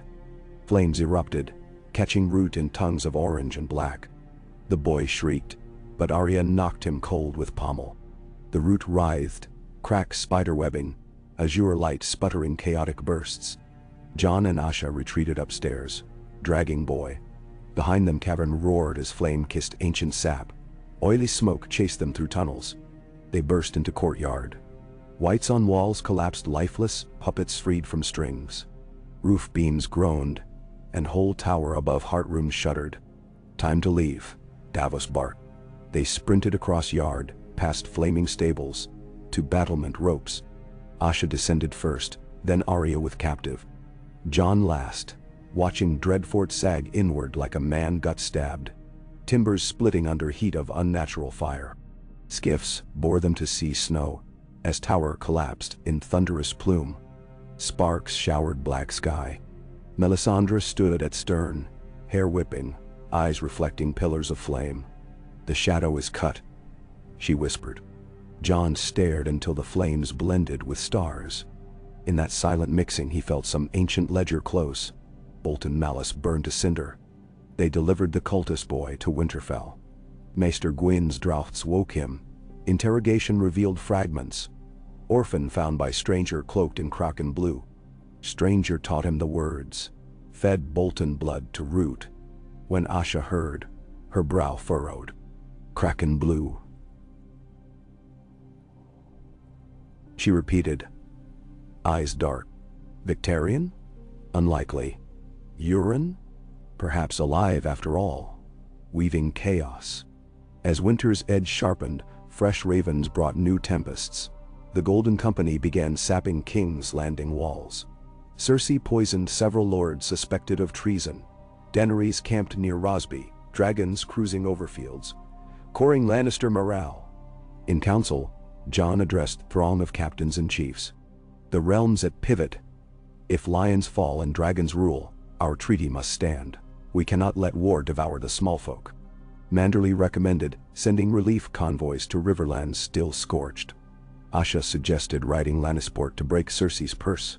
Tyrion, attending as envoy, argued to blockade, not burn. Debate surged. Ultimately, they approved a twin plan. Humanitarian grain drops along Trident, plus precision raids on Lannister mint shipments. Arya volunteered for covert infiltration. She would enter King's Landing wearing a borrowed face, eyes open for Euron or other Kraken blue conspirators. Sansa hugged her fiercely. Arya slipped away at dawn, leaving winter roses on windowsill. Months slid by. Battles rumbled south. Winter whispered north. Sea Empire fleets patrolled, intercepting smugglers, escorting grain, striking Lannister caravans along coast roads in midnight strikes that left no civilian dead. Word spread. Wolf Krakens fought with honor, sometimes leaving sealed barrels of barley outside burnt hamlets with sigils carved in lid. Yet coins still clinked. Sel's words still marched. In Lys, another fleet chartered by remnants of Euron's followers assembled. The Shadow Tide, their hulls coated in black pitch, sails dyed as new moon. Their admiral was said to be a masked woman with hair of raven feathers and voice like a drowned bell. She called herself the Bride of Silence. Rumors said she carried Euron's sapphire eye on a chain. Jon received the intelligence within Winterfell's solar. He paced while Asha lounged on window ledge. If true, more Kraken trouble. Asha spat into hearth. My blood again. I'll face it. No, Jon said softly. We face it. She met his gaze, iron meeting snow, and nodded. On the first day of true winter, snow fell thick as gull down. White Harbor's lighthouse cast amber halo into swirling curtain as sea snow joined a grand muster. 35 longships, 20 river cogs, 10 Dromons under Velaryon flag, 3 Dragon Star galleys. They sailed into night, hulls crunching, forming rhyme. At prow of sea snow, Jon held Arya's last raven. Cersei dead, poisoned by her own wine. Golden Company leader, slain by dragonfire. City gates open to Targaryen. I sail north. End of one war, Davos murmured. Beginning of another, Asha countered. For there, on black horizon, glimmered fireflies of hostile lanterns. The shadow tide awaiting, silent, patient as deep sea monsters. Masts rose like cemetery stones, sails furled, daggers of moonlight along yardarms. Jon inhaled icy air. All hands ready. The night ahead promised cacophony. But under his feet, he felt the deck steady, a living extension of every oath born of salt and snow. Above, the wolf kraken banner unfurled, edges already frosting, yet unbowed. Wind shifted, filling canvas, and the sea empire surged forward together, prowlights shearing gloom, keels cutting the first true sheet of winter ice, as if cleaving a blank parchment upon which the next chapters of their story were destined to be written in saltwater fire and unyielding northern steel.